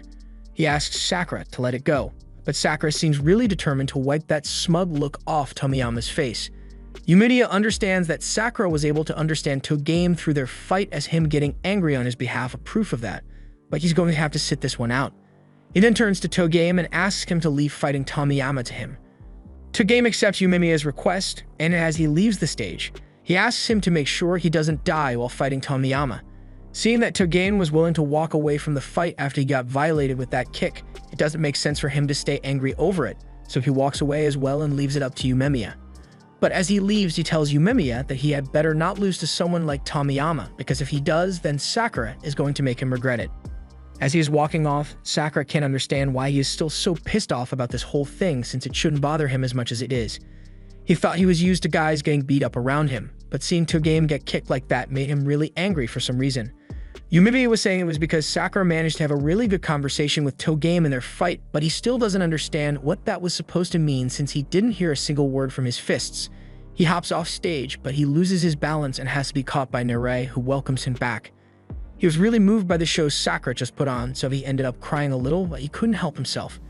Hiraji gets Sakura's attention and tells him that while he may be upset about Togame tapping out of their fight and making it end prematurely, even with the unsatisfying ending, he wants Sakura to know that he did really well. Sakura appreciates the compliment, although he tries to act like he doesn't care, and back on stage, Tomiyama is eagerly calling out to Umemiya so that they can get their fight started.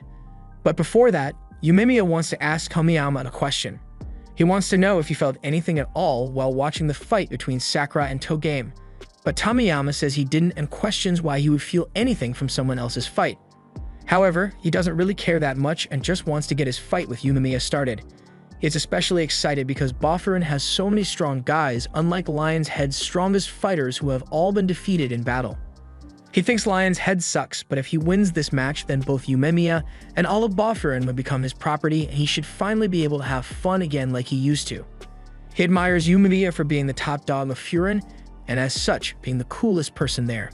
He always seems to be having so much fun, so if Tomiyama can beat him and prove that he is the new strongest, then he should be able to have the same amount of fun. And that's all he wants, to be able to finally end his constant state of boredom. So he impatiently charges at Yumemiya so he can achieve his dream of an exciting life. Yumemiya tries to stop him with a punch, but Tomiyama outplays him and ends up on his shoulders where he starts punching Yumemiya's head. And when Yumemiya tries to counterattack, Tomiyama uses his momentum against him and swings behind him to continue the attack. Tomiyama is clearly insanely fast, but he has yet to actually land a decisive blow on Yumemiya, because Yumemiya is just as quick with his reactions. They break it up for a moment, and Narai is petrified from amazement at what he just witnessed. Suwa has never seen such wild movements used in a fight before, but everyone now understands how Tomiyama managed to become the leader of Lion's Head at such a young age. Sakura is internally cursing himself because now that he has seen what Tomiyama can actually do, he realizes that if he had actually attacked him back then, he would have been kissing the floor in a matter of seconds. He is smart enough to know he is no match for Tomiyama right now, so he intends to get stronger so he can face someone like him. Back with Yumemiya and Tomiyama, neither side has made much headway in the fight, as in spite of Tomiyama's monkey-like agility, Yumemiya still has a counter for everything he has been thrown so far. In the middle of the fight, Yumemiya tells Tomiyama that he won't find the happiness he is looking for by thinking about what he doesn't have and trying to take things from other people. But his words just make Tomiyama mad because he doesn't understand what Yumemiya means. He jumps into the air to attack again, but this time Yumemiya has unlocked his One Punch Man skill tree, so Tomiyama sees a death sentence hurtling in his direction. He manages to barely dodge the punch, but the sheer pressure from it still left him with a nasty nosebleed. Yumemiya now realizes that there is no way Tomiyama is going to understand what he means, but if he is incapable of grasping the concept Yumemiya is trying to teach him, then there is no way he will ever be able to win this fight. As the fight between Tomiyama and Yumemiya continues to heat up, Tomiyama uses his speed advantage to slip between Yumemiya's legs, and once he is behind him, he grabs hold of Yumemiya's jacket and pulls him back for a straight foot to the back. But despite what should have been a devastating blow, Yumemiya is not fazed by it in the slightest and turns around to deliver another death punch to Tomiyama. Tomiyama is able to react and dodge out of the way once more, but he can't understand what he's doing wrong since he was so sure that he was landing solid hits on Yumemiya, but he doesn't look like his health bar is going down at all. Yumemiya explains that it is because Tomiyama's punches are light, but Tomiyama finds this to be really insulting. Yumemiya goes on to explain that the reason Tomiyama's punches feel light to him is because he is fighting with no one behind him for support, but Tomiyama still doesn't understand what friendship has to do with any of this, so even if his punches are apparently light, he's just going to keep raining them down on Yumemiya until he eventually goes down. Tomiyama then charges in again for another attack, trying to overwhelm Yumemiya's defenses, and when he finally sees an opening, he sweeps Yumemiya off his feet and connects with a heavy uppercut. However, Yumemiya is still unfazed by this and simply tells Tomiyama as much before spiking him against the ground. The crowd is in stunned silence as Tomiyama struggles to get back to his feet. And once he finally does, he begins another desperate series of attacks in hopes of claiming his freedom as the strongest. As Yumemiya dodges Tomiyama's first punch, he asks him what he thinks it means to be free. So while still throwing an attack, Tomiyama answers that freedom means being able to have fun. And fun means being able to fight strong guys like he is doing right now. But if this is what Tomiyama thinks is fun, Yumemiya finds it odd that he doesn't look like he's enjoying it at all. Tomiyama clearly doesn't understand what he wants, which is why he is so unsatisfied with his life and is trying to steal Furin. That is why Yumemiya pities him, but not as much as the team who is stuck with him as their terrible leader. But whatever his reasons may have been, he became the top dog here, so Yumemiya is going to teach him how a real leader is meant to act. As the others watch Yumemiya one-sidedly beat down Tomiyama, Narai starts talking about how glad he is that he came to Furin Academy and has Yumemiya as his leader. Back on stage, Tomiyama still doesn't understand what Yumemiya is talking about when he says he should treat his people better. There was a time when everyone looked like they were having fun, but that was a long time ago. And he still doesn't understand why things changed from the way they were before. There is so much that Tomiyama still doesn't understand, and he is tired of people bringing it up, so he gives up and declares that he no longer wants to steal Yumemiya's friends. He doesn't need them or anything for that matter anymore. Tomiyama's world turned gray a long time ago and can barely remember when things became like this. To him, the world is dry and cold, but nothing he does can change it, so he has been wondering what he was missing to bring the color back to his world. But now, he doesn't care anymore. He has accepted that there is nothing that could ever change the lifeless wasteland that is his heart, so he doesn't need anything anymore. He may have also gone a bit crazy, and Yumemiya notices the change in his state of mind, so as Tomiyama charges forward at him, he just lets himself get hit. And even as he is taken to the ground and is having his face pounded in, he still isn't fighting back, so Sakura gets up in a rage. Yumemiya said there was no way he was going to lose, so what's with the sorry display he is putting on? But then Sadisha tells Sakura to shut up, sit down, and just let Yumemiya cook. Once Tomiyama has finally tried himself out from punching Yumemiya, Yumemiya apologizes to him for backing him into a corner with such a difficult question. But if he keeps destroying everything around him and hurting others in an attempt to find the answer, then things will always stay the same for him. Tomiyama doesn't want to hear any more from Yumemiya, so he bites down on his throat hard enough to draw blood.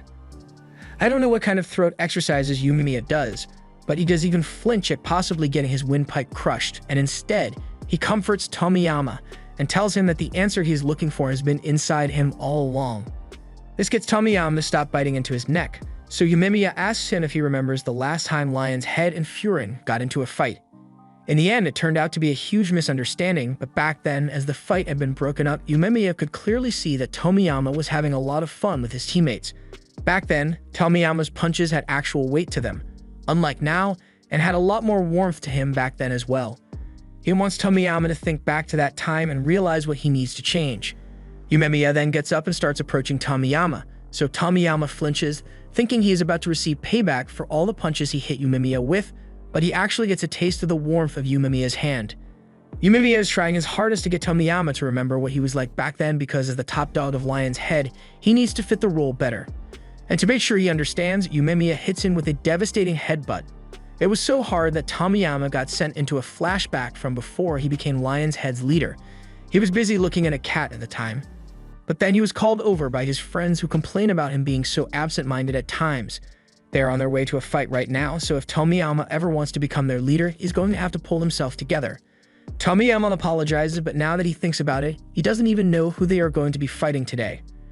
Everyone is frozen for a second, but they soon all burst out in laughter at Tomiyama's forgetful nature, and Tomiyama was having a good laugh about it as well. Those were really fun times, so Tomiyama hoped things would stay like this forever, but as we all know, they changed for the worse all too abruptly.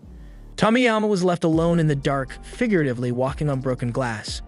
He ends up falling through, and that's when he finally realizes that he must be dreaming. But even if it was just a dream, Tomiyama felt good getting to experience the good old days again.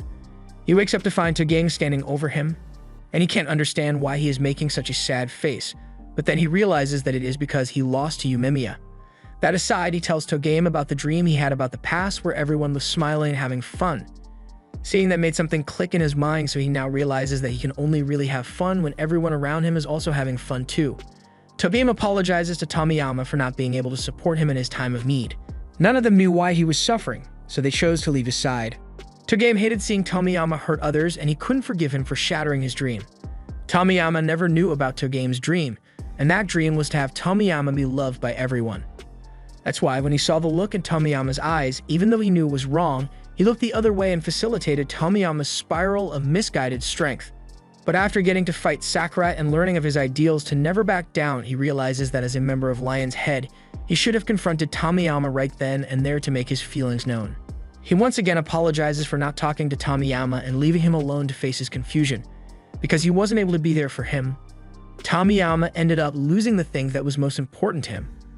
Tomiyama tells Togang that he worked so hard to become top dog because he thought it would make him have more fun than ever, so it was like chasing after a treasure chest at the top of a hill. He was so excited to get there because something amazing was bound to happen once he did, but as he reached his goal and opened the chest, all he found was a big fat pile of nothing. He felt nothing and had nothing left to look forward to, so he was scared. He felt hollow inside, and no matter what he did, that emptiness was never filled. He knew he had to do something to fix this, but he had no idea where to start, and over time, his world grew darker and darker. After struggling with it for a long time, he eventually began to blame the team as a whole for his lack of fun. He rationalized that it was because the team as a whole was weak that he was not having any fun, so his reasoning led him to believe that if he made sure only strong people were allowed to be in Lion's Head, then they would all be free and able to have fun together. He assured Togame that he is not responsible for anything that Tomiyama lost because he can now see that he was the one who threw away the good friends he had. Thinking back to how he always used to laugh to his heart's content with everyone around him, he had always been free, but he just couldn't recognize what he had until he lost it. And even worse, he was the one who destroyed it with his own hands. If not for Togame, there probably wouldn't have been anything left of Lion's Head by now. Togame doesn't want to take credit for anything, but Yumemiya told him not to hurt the people close to him. He apologizes for all the hurt he must have been put through and thanks him for still trying his hardest to keep things running with a misguided leader like Tomiyama. He can't begin to imagine how hard it was to bear, so he apologizes over and over as tears start to stream down his face. Eventually, he gets up and thanks Togame one last time for everything he has done for him, but it is time to put an end to this and make things right. He walks over to Yumemiya, who has been standing at the edge of the stage, and takes off his jacket to the shock of everyone there. Tomiyama lost the match fair and square, so he is stepping down as the leader of Lion's Head and handing control over to Yumemiya, just like they had agreed upon when this duel was arranged. He asks Yumemiya to please take good care of everyone here for him, but Yumemiya never wanted to take Lion's Head to begin with. That stupid bet was all Tomiyama's idea to begin with anyway, so he never had any intentions of actually taking Lion's Head if he won. Besides, he doesn't want to have to deal with a bigger team because he already has his hands full with all the hierarchy stuff, and he really hates boring things like that. But since Tomiyama is insisting, Yumemiya offers an alternative instead. From today onwards, they'll all just be friends with each other, and they can just call today's fight a group hangout session or something. With that, he addresses the crowd and thanks them all for coming out to watch the fight. The crowd is completely confused, but for the first time in a while, Tomiyama is able to genuinely laugh at how hilarious Yumemiya is. And now that everything is settled, Yumemiya calls for everyone to pack up and head home. After that, Yumemiya asks if there are any good takeout places nearby, and when asked why he wants to know, Yumemiya simply answers that it's because he wants to throw an after party to celebrate the end of the tournament. So after they leave the theater, everyone heads up to the roof where they lay out some cardboard and have a banquet. Yumemiya loves the quality of food, so he immediately starts scarfing everything down while the others take moderate bites. Mirai can't believe they all still have appetites after what they went through, and neither does Sue, who hasn't touched any of the food, so Mirai is glad he's not the only one here with who lost his appetite. Although Sue says he's just not eating because he's on a diet. Meanwhile, Sakura is trying to understand why Yumemiya is able to calmly eat with Tomiyama after the fight they just had, if you can even call what Tomiyama was doing fighting. Sakura knows he could never forgive someone for that kind of behavior, yet Yumemiya doesn't seem to care. In fact, he's more worried about the fact that Togame hasn't eaten anything yet, so he asks Togame if everything's alright. Togame has been thinking a lot, so he puts his plate down and bows his head to everyone to apologize. Everything about this tournament arc was caused by him, from the initial confrontation to the deterioration of the Lion's Head group as a whole. Tomiyama also feels like he's responsible for everything, so he bows his head as well to apologize for what he has done. Since they are apologizing, Yumemiya leaves the choice of whether to forgive Togame and Tomiyama up to Sakura, as he clearly still has his grievances with them. Togame says he is willing to accept any punishment that Sakura gives him, and Sakura still doesn't like what Togame did them they first met one another, but he also realizes that Togame isn't all bad after their fight, so Sakura just tells Togame to make sure he becomes a decent person from now on. Togame promises, so Yumemiya declares that the matter is officially settled and he goes back to eating. Yumemiya seems to be having a lot of fun, so Tomiyama asks him how he always seems to be enjoying himself as top dog of Furin. Yumemiya answers that it's because he loves eating good food, but it's only really fun when he gets to do it with his friends and chat about funny stuff. That's why he's having so much fun right now, and it has nothing to do with him being top dog at all. Tomiyama understands what Yumemiya means since he recalls how much fun he used to have before he became top dog of Lion's Head, but he mistakenly thought he would have more fun if he rose up in the ranks, so he doesn't know why he couldn't figure out that he already had everything he needed. Yumemiya tells him it's not his fault since people are naturally inclined to not realize how good they have it until they lose everything. But thankfully, Tomiyama realized his error before he lost everyone he held dear, and Yumemiya is glad Tomiyama can have fun again. Tomiyama still has one more question for Yumemiya and asks why he chose to become top dog of Furin, even though he knew it wouldn't be any more fun than his normal status. And that's because he wanted to make sure everyone was happy and smiling so they can all be happy together. That's why he thought of what he could do to help the town as a whole and ultimately decided to become top dog. Becoming top dog was never the goal, but it allows him to do what he really wants, and that's to make sure everyone can always be happy here. If there was an alternative, Yumemiya probably wouldn't have gone for the top dog position. But if he had done that, then he would never have been able to share meals with everyone here. Tomiyama admires Yumemiya for understanding what he wanted even before becoming top dog, but Yumemiya clarifies that he never became top dog, he was appointed. You can't just take the title by yourself because it's something that you earn by having the support of the people around you. They all believed in the goal Yumemiya was working towards and helped him achieve it, so no matter how hard or unfair things get, he swears that he won't let them down. After their meal is over, Yumemiya says goodbye to Tomiyama and Togame, telling them that he had a lot of fun here and he'd love to have them visit Furin sometime. As a parting gift, Yumemiya offers Tomiyama a bread roll he happened to have in his pocket, and Tomiyama accepts the gift happily. As Yumemiya and the others leave, Tomiyama and Togame are left alone, and Tomiyama begins talking about how he knows apologizing won't fix the damage he has done, but he doesn't know what to do in order to make things right, or if he can still make things right at all. And he really doesn't want to lose his friends. Togame understands how Tomiyama feels since he has done terrible things as well, and he can't make up for it all by simply apologizing, but that is just more of a reason why he needs to face his mistakes. He'll be right there beside Tomiyama, so he suggests that they both work together to fix things no matter how hard it is. Back on Buffer and Turf, the kid that was saved at the start of this whole mess has been waiting outside Koto's cafe, and as soon as he sees the guys returning from battle, he takes off running in their direction. Yumemiya can't believe Sasaki has been waiting here this entire time, but he tells him that there's no need to worry since the job's been done. They all head into the cafe, and Konoha was expecting to have to bust out the bandages after the fight they must have had, but she's surprised to see that everyone has already been patched up, except for Sue since he didn't let Kanuma touch him even once. Although in contrast, Sakura got messed up pretty badly. She welcomes them back, but Sakura can barely look her in the eye because he now realizes she was right when she had told him that he can't become top dog alone. Yumemiya was only able to do it because he had people supporting him, but Sakura's whole reason for coming here was just so that he could be top dog, so he's having an identity crisis and just wants to leave. However, before he can walk out the door, he gets grabbed by Yumemiya, who's not going to let him leave so soon. He asks Kotoha to prepare some of her special coffees to celebrate. Sakura complains that he doesn't need to be here since there's nothing to celebrate in the first place, but there's always something to celebrate when Yumemiya has something to say, so Yumemiya dubs this day Conversation Day in honor of Sakura having his first conversational fight with Togame. It makes no sense to Sakura or anyone else for that matter, but that's not the only reason Yumemiya wants Sakurama to stay since he has something he'd like to discuss with him.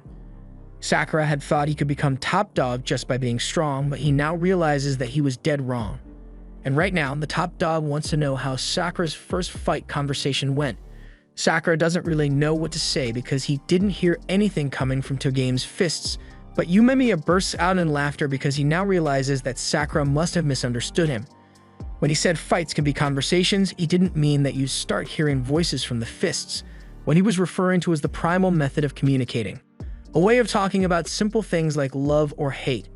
At the mention of love, Sakura spits out his coffee and goes straight into Yumemiya's eyes, so Sagasha was prepared to jump in to defend his boss from Sakura's caffeinated attack. The others calm him down since it was an accident, but Kotoha doesn't care that it was an accident and tells them that they need to clean up the mess themselves. As Yumemiya wipes himself down, he adds more context to what he said earlier and asks Sakura if he began to like Togame after their fight conversation. That's the only reason he would have tried to avenge him after Tomiyama knocked him out. That's how Yumemiya knows Sakura was able to have a good conversation with him through their fists. Sakura can't deny that he started to understand Togame a bit better after his fight with him, but he doesn't get why it's such a big deal in the first place. Yumemiya just answers that he's happy for Sakura. He had heard that someone would be coming here from out of town, and he initially thought it would have to be an interesting person, so he was interested in meeting Sakura. But after these few days, Sakura has been in town. Yumemiya can say with 100% certainty that Sakura is a good person. And when a good person like Sakura comes to town, Yumemiya is always happy to celebrate. If that's the case, then Hiraji says he could have just called this a welcoming party for Sakura instead of a conversation party, and Yumemiya thinks that's a great idea. Sakura still can't believe the people here are so accepting of him, and especially how Yumemiya is able to pull to his side so easily. Sakura came here to take the top dog title from Yumemiya, but now he knows that he can't do that. It's never been accepted by anyone before, which is why he vowed to get strong all on his own. He came here so that he could become number one and feel validated in his lonesome pursuit of strength. But it turns out that you need the support of others to even become top dog, and since Sakura can accept other people, he'll never be able to become number one. Narei stops Sakura right there and corrects his statement about not being able to accept others, because yesterday, when he first met Narei, despite him getting beaten up, Sakura still said Narei wasn't lame, which made him really happy. Narei ended up forgetting the rest of what he wanted to say, but Sakura still got the message though.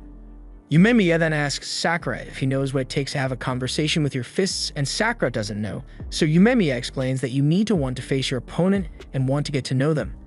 And Sakura was able to do that.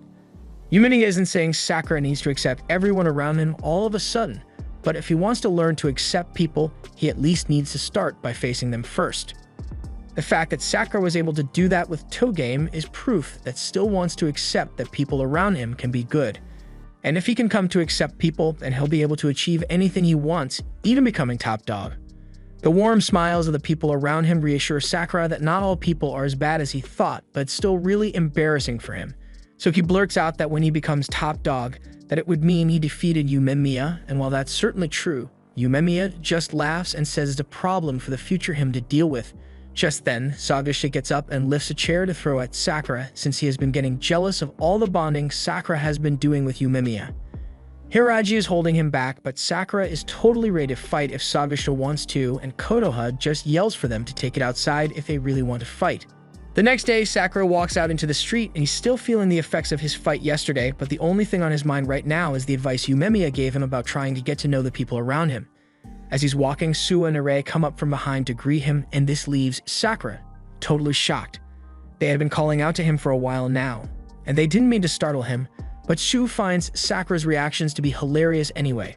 They all walk to class together, but as they go through the halls, Narei notices that everyone seems to be staring at them, so he's getting a bit nervous. Suwa says it's perfectly normal for people to stare after what happened yesterday, and Sakura doesn't care what others think of him in the first place, so he just ignores them and opens the class door.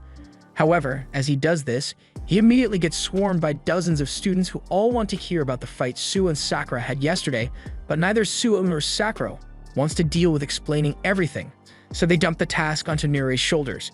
However, as Narei is about to give a detailed account of everything that happened, one guy from the back of the class asks to be included in the conversation. It's the guy who was working out in class when Sakura first got here, and Mirai recognizes him as Tsuge. According to Narei, Tsuge may be a bit strange, but he has just as much skill as Su or Sagishita, so he's no joke. Tsuge ignores Sakura and starts asking Su if he's finally ready to give him the answer he has been asking for. Su still doesn't want to answer him, and Tsuge is okay with that for now since he also has something he wants to ask Sakura. He then proceeds to flex his muscles and asks Sakura what his virtue is. Tsuge always asks every guy he meets this question, and he feels it's important because every man has an ideal that they live by, so he wants to know what that is. Narei understands what he means since he is also obsessed with gathering information about the people he likes. For instance, he knows that Tsuge always wears his right shoe first and drinks nothing but protein shakes. Tsuge is creeped out that Narei knows so much about him despite them having never met before, but he can respect the commitment to stalking, so he takes a liking to Narei. Sakura thinks Tsuge is weird, so he has his doubts that he is actually strong. However, Su can guarantee that Tsuge is really strong, although he doesn't like the guy much either. Since people had gathered around to hear Sakura's story, Tsuge suggests that they all hang out after school to talk about virtue instead. However, all of a sudden, everyone seems to be really busy, so they decline and walk away. Sagisha then walks into the room, but he takes one look at Tsuge and decides he wants no part in whatever he's got going on, so he turns and goes straight to his desk. Tsuge asks the three to join him instead, but Sakura and Su don't want to go either. However, Narei drags them along anyway, and they all later arrive at Tsuge's favorite restaurant. The place looks like a lucha ring, so Sakura doubts there will be anything tasty here to eat. But as Tsuge shows him one of the menu items, he realizes the food actually looks pretty good. Tsuge asks if Sakura really likes food, because if so, that could be his virtue, but Sakura tells him he doesn't have any particular interest in food. Tsuge sees that Sakura doesn't feel like talking about his virtue, so he just asks him to fight instead.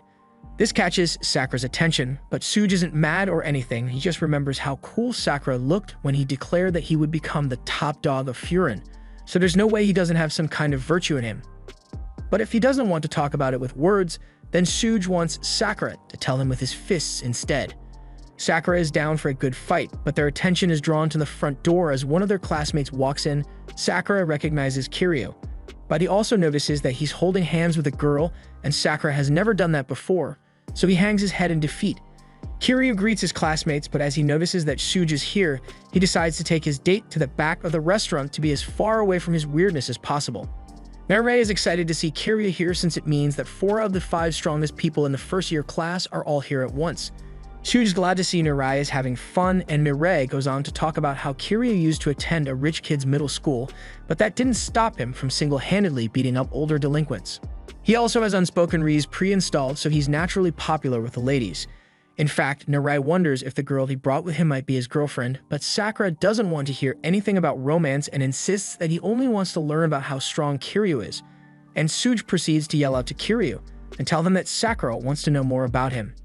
Kiryu turns back to make eye contact with Sakura, and he doesn't mind talking with him, but it's going to have to be later since he's still in the middle of a date right now. Suge doesn't seem to get the hint, so he keeps pestering Kiryu to join them for a chat now, also inviting the girl to join them. But she seems pretty scared, so Kiryu tells Suge to knock it off. He knows Suge doesn't mean any harm, but he's built like a truck, so if a guy like him starts yelling out of nowhere, it'd obviously scare people, and if he doesn't learn to adjust his behavior, he's never going to be popular with girls. Suge realizes his mistake and sincerely apologizes for scaring the girl, but since she's already been frightened, Kiryu suggests that they go to another restaurant instead. Suya feels bad about scaring the girl since it goes against his own virtue, but before he can elaborate further, they notice a commotion going on outside. By the front door, Kiryu and the girl have been surrounded by a gang, and when the others come out to figure out what's going on, Kiryu informs them that he saw a guy harassing a girl, so he knocked him out and brought the girl here with him. But I guess the guy wanted revenge, so he went and brought his friends to track Kiryu and the girl down. It looks like Kiryu was just helping the girl out, so Suge grabs his shoulder and starts telling him how awesome he thinks he is. His virtue must be being considerate to girls, but while Suge is still going on and on about virtue, Kiryu tells him that now is not the time to be distracted. But Suge doesn't listen, so Kiryu is about to get attacked from behind. Luckily, Sakura intervenes and knocks the assailant down with a kick. If there's one thing Sakura hates, it's people who go for jumping tactics in a fight, so he's not going to let them get away with it. Suge agrees with Sakura, so both of them are ready to face the mob together, and for her own safety, Shu asks the girl to stand back so she doesn't end up becoming a hostage or something. He'll be sitting this fight out, but he assures her that those 3 are more than capable of handling a fight like this. Suge asks Sakura if he wants to sit this one out as well since he is still injured from his fight yesterday, but Sakura never backs down from a fight. As the mob attacks, one goes straight for Suge with a punch, and Suge gets knocked straight down. But as the guy goes for his second punch, Suge catches his hand and lets everyone know that he always lets his opponent get the first hit in battle before he fights back. He then suplexes the guy in the most flashy way possible because his virtue is to always take the spotlight. Sakura thinks that's stupid, but Suge was always weird to begin with, so he just keeps fighting. All of a sudden, one guy comes flying at Sakura from behind, so he quickly turns around to kick the guy away, and afterwards he complains to Kiryu about him sending people flying in his direction. Kiryu says he thought it would be quicker if he just sent the attackers in Sakura's direction, so as another guy tries to sneak up on him, he sends the guy flying towards Sakura. Since it's basically only Sakura and Suge doing the fighting, Mireille wonders if Kiryu is just pushing people their way because he enjoys it, but Sue thinks it's more so because he wants to keep the attackers far away from the girl and Mireille who can't fight at all. He tells Kiryu that he doesn't have to worry about it though since he's here to protect them.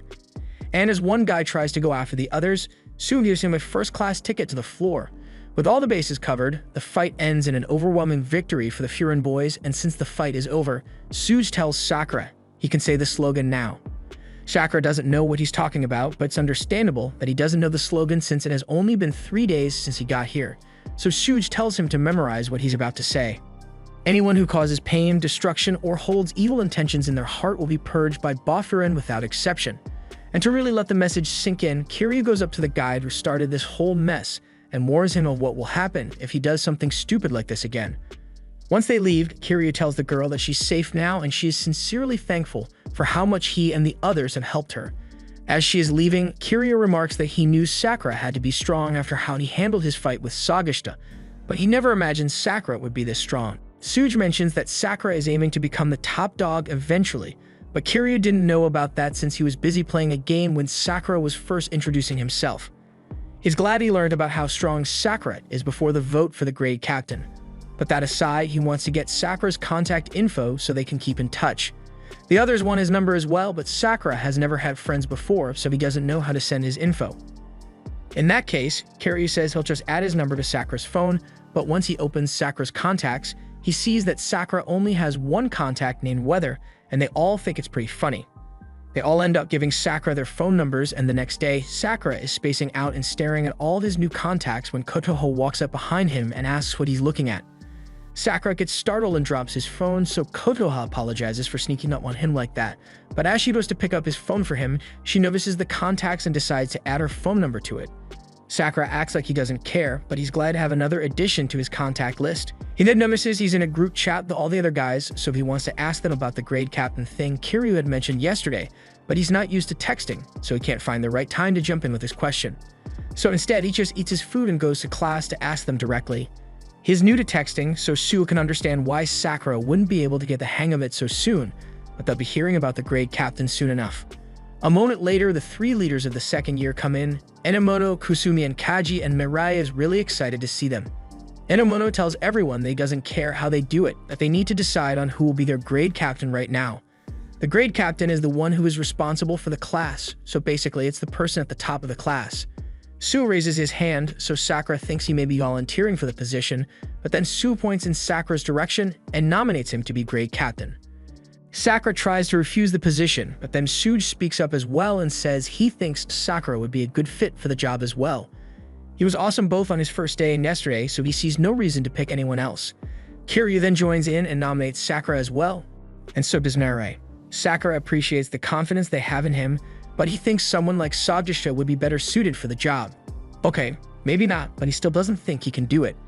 In the first place, he has no idea how he would even handle a role like that, plus, compared to the rest of them, he is still an outsider. But a background character tells him that it doesn't matter if he's an outsider since all of them already accept him for who he is, and besides, 3 of the strongest people in class already want him to have the position, so no one is going to complain about it. If Sakura takes the job, Sue says he will take the secondary position, and as for the third position, Mirai can handle that. The most important thing here is that everyone is saying they are fine with Sakura being the class's leader, but Sakura has to think about it a little. Yumimiya became the leader of Furin because he had a goal he wished to accomplish, but Sakura only ever thought about becoming top dog for self-recognition, so he does not have any goals in mind if he is given a leadership position. He has been thinking about it ever since Yumimiya's picnic, and he now realizes that he is just like Tomiyama, a strong guy with no purpose. While Sakura is still puzzled as to what to do now, Kaji finishes his candy, so he starts yelling for the class to hurry up and decide already. His voice is way too loud, and they are confused as to why he is shouting so much. But then one of the other guys takes his headphones off, and without music blasting in his ear, Kaji can now speak normally. He points to Sakura and tells him that he is now the grade captain, and there will be no more discussion on the matter. Sakura tries to argue, but Kaji tells everyone that the position is just for grade captain, and no one expects him to perfect at it from the start, so he can just learn as he gets used to the role. And if he really can't handle it, someone else can just take over for him later. Sakura doesn't get why Kaji thinks he gets to decide, but to his utter shock, he is informed that Kaji is actually the grade captain for the second-year students. Since Kaji said so, there's not much Sakura can do about it anymore, so everyone begins cheering for their new grade captain.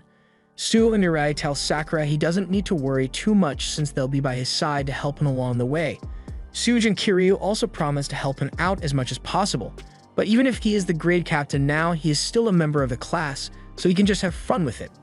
Mirai makes a suggestion that everyone should join a group chat with their new grade captain, and they all think it's a great idea, so they start asking Sakura for his contact info. While they do that, Enomoto calls over to them and tells Sakura, Sue, and Mirai that they should join a group chat with the other grade captains since they will need to keep in touch with one another. Mirai is ecstatic to have the contact info of some of the most famous second years, but Sakura seems indifferent to it. Enomoto tells him that his class has a lot of good guys in it, so he had better make sure to lead them well. Even if he says that, Sakura still has no idea what being a good leader means, so Enomoto tells him he doesn't have to worry about it yet, and for now he can just do whatever he wants. But that's the problem. Sakura doesn't really have anything he wants to do, so Enomoto comes up with an idea and tells the class that they'll be going on patrol with Kaji soon. While out on patrol, Sakura remembers Enomoto telling him to observe what kind of person Kaji is as a grade captain, so he is watching him carefully. But Mirai warns him not to stare at him too much since Kaji was known for getting into fights easily back in middle school, and they don't know what kind of thing could make him blow his fuse, so he thinks it is best not to aggravate him. Just then, they notice an old woman calling out to Kaji, and after getting his attention, she tells him that she lost her girl. It doesn't look like this is the first time something like this has happened, either since Kaji scolds her for not keeping a close eye on her girl, but he tells her there is no need to cry about it since he and his group will do something about it. The only detail the old lady remembers is that her girl is wearing a pink ribbon today, so Kaji tells her she should head home and wait in case her girl comes back by herself. The granny thanks Kaji and happily walks away, but as soon as she is gone, Kaji puts his headphones back on and delegates the search effort to Kusumi instead. The others are shocked that Kaji is acting so calm when there's a missing child out there, but it does look like Kusumi is sharing info with others so everyone can be on the lookout. And Sakura is determined to find this missing girl no matter what. He then looks at his phone and to his horror, Sue just quoted him in the group chat, so he starts yelling at Sue for it. Sue doesn't think it's a problem since the others are bound to get hyped for it, but Sakura worries that no one is going to react to it, so he will feel really embarrassed. However, he was worried for nothing as a bunch of his classmates immediately respond and start cheering him on to do his best to find the girl. But just as he is about to begin looking, he gets smacked on the face by a cat. At the same time, Enomoto comes running around the corner and tells Sakura to help him catch that cat, but Sakura doesn't understand why he wants the cat caught, so Enomoto explains that the cat is the girl the old lady is missing, Risa. With the new information, they begin chasing down Risa, but Risa climbs up a building, so there's nothing Enomoto or Mirai can do to reach her anymore. However, Sakura isn't out of options yet as he is able to parkour his way up the side of the building. The others are amazed by what Sakura is capable of, but as they still need to catch the cat, Enomoto tells the others to run ahead so that they can cut off Risa's escape route. Sakura is still chasing after Risa on the rooftops, but then she goes back down to the ground, so Sakura jumps down as well and starts running through the alleyway. However, as he is about to exit, he nearly hits a delivery worker, so he does a stylish flip over him to avoid a collision. Sakura proceeds to chase Risa all over the neighborhood, but Risa eventually jumps off a bridge and into the river, and Sakura isn't willing to go that far to catch her. However, Kaji, on the other hand, immediately jumps into the water to get Risa. Enomoto catches up to them, and since Kaji has Risa secure, he orders some guys to go get the granny and a towel for Kaji when he gets out. By the end of the day, Risa is safely returned to the granny, and she is really thankful to Kaji for helping her find her cat, but he just tells her that she shouldn't let this happen again. Kaji seems way more proactive as a grade captain than Sakura had initially thought, so he walks up to him and asks what his goal was for becoming grade captain. Sakura assumes Kaji must have had a reason for taking the role, but he doesn't really have a goal in mind. In fact, he never wanted the job to begin with, but his friends asked him to do it since they thought he would be great for the role, so he did it. It's the same as what happened to Sakura. But if that's the case, then Sakura says there's no reason for Kaji to keep being grade captain if he never chose the job to begin with, but this sets Kaji off. He looks really mad and looks like he's about to unleash his rage on Sakura, but he stops himself and takes some candy to calm himself down. He then tells Sakura that there are a lot of things he can't do on his own. Kaji can't round people up as well as Enomoto can, and he can't communicate with others like Kusumi, and even with his shortcomings, others still rely on him, so he does his best to live up to their expectations of him. Sakura didn't think it was fine to have no reason to be leader, but then again, Kaji's reason might be because he wants to live up to the expectations of those around him. He is still pondering his revelation when Mirai comes up behind him and offers him a treat they got as a reward for helping. Sakura was startled, but he accepts the dango, and while he is eating, Mirai begins talking about how amazing Sakura was when he started parkouring all over the place. Since they were chasing a cat, they would normally have lost sight of Risa almost immediately, but he knew they could count on Sakura, and Sakura is glad to know people appreciate him. The next day, Sakura heads into Kotoa's cafe, but he collapses at the door while carrying an old lady in. Kotoa goes to check if he's alright, but Sakura says he is fine even though he clearly looks sleep-deprived. He has spent the whole night thinking of what he could do to live up to everyone's expectations, but he can't let Kotoa know about that. Out of nowhere, Kotoa asks if Sakura's class has decided on their grade captain, and by the reaction Sakura gives her, she realizes that he must get the one who got the job. She thinks it is a good thing, but Sakura doesn't think anything good can possibly come from having a grade captain who doesn't know what he is doing. Since Sakura isn't confident in his ability to be a good grade captain, Konoha tells him he can just start by doing the things he is capable of doing. For instance, he could start by learning the names of everyone around him so he can show them that he cares, and now that he thinks about it, Sakura has never actually called anyone by their real name since he got here. But when Konoha and the granny start trying to get him to call them by their names, he gets embarrassed and runs away. Sakura has trouble when it comes to forming close relationships, but he decides to give Konoha's suggestion a try, so he asks Narei to tell him the names of all his classmates. Narei begins listing them off, but there are too many people for Sakura to memorize all their names at once.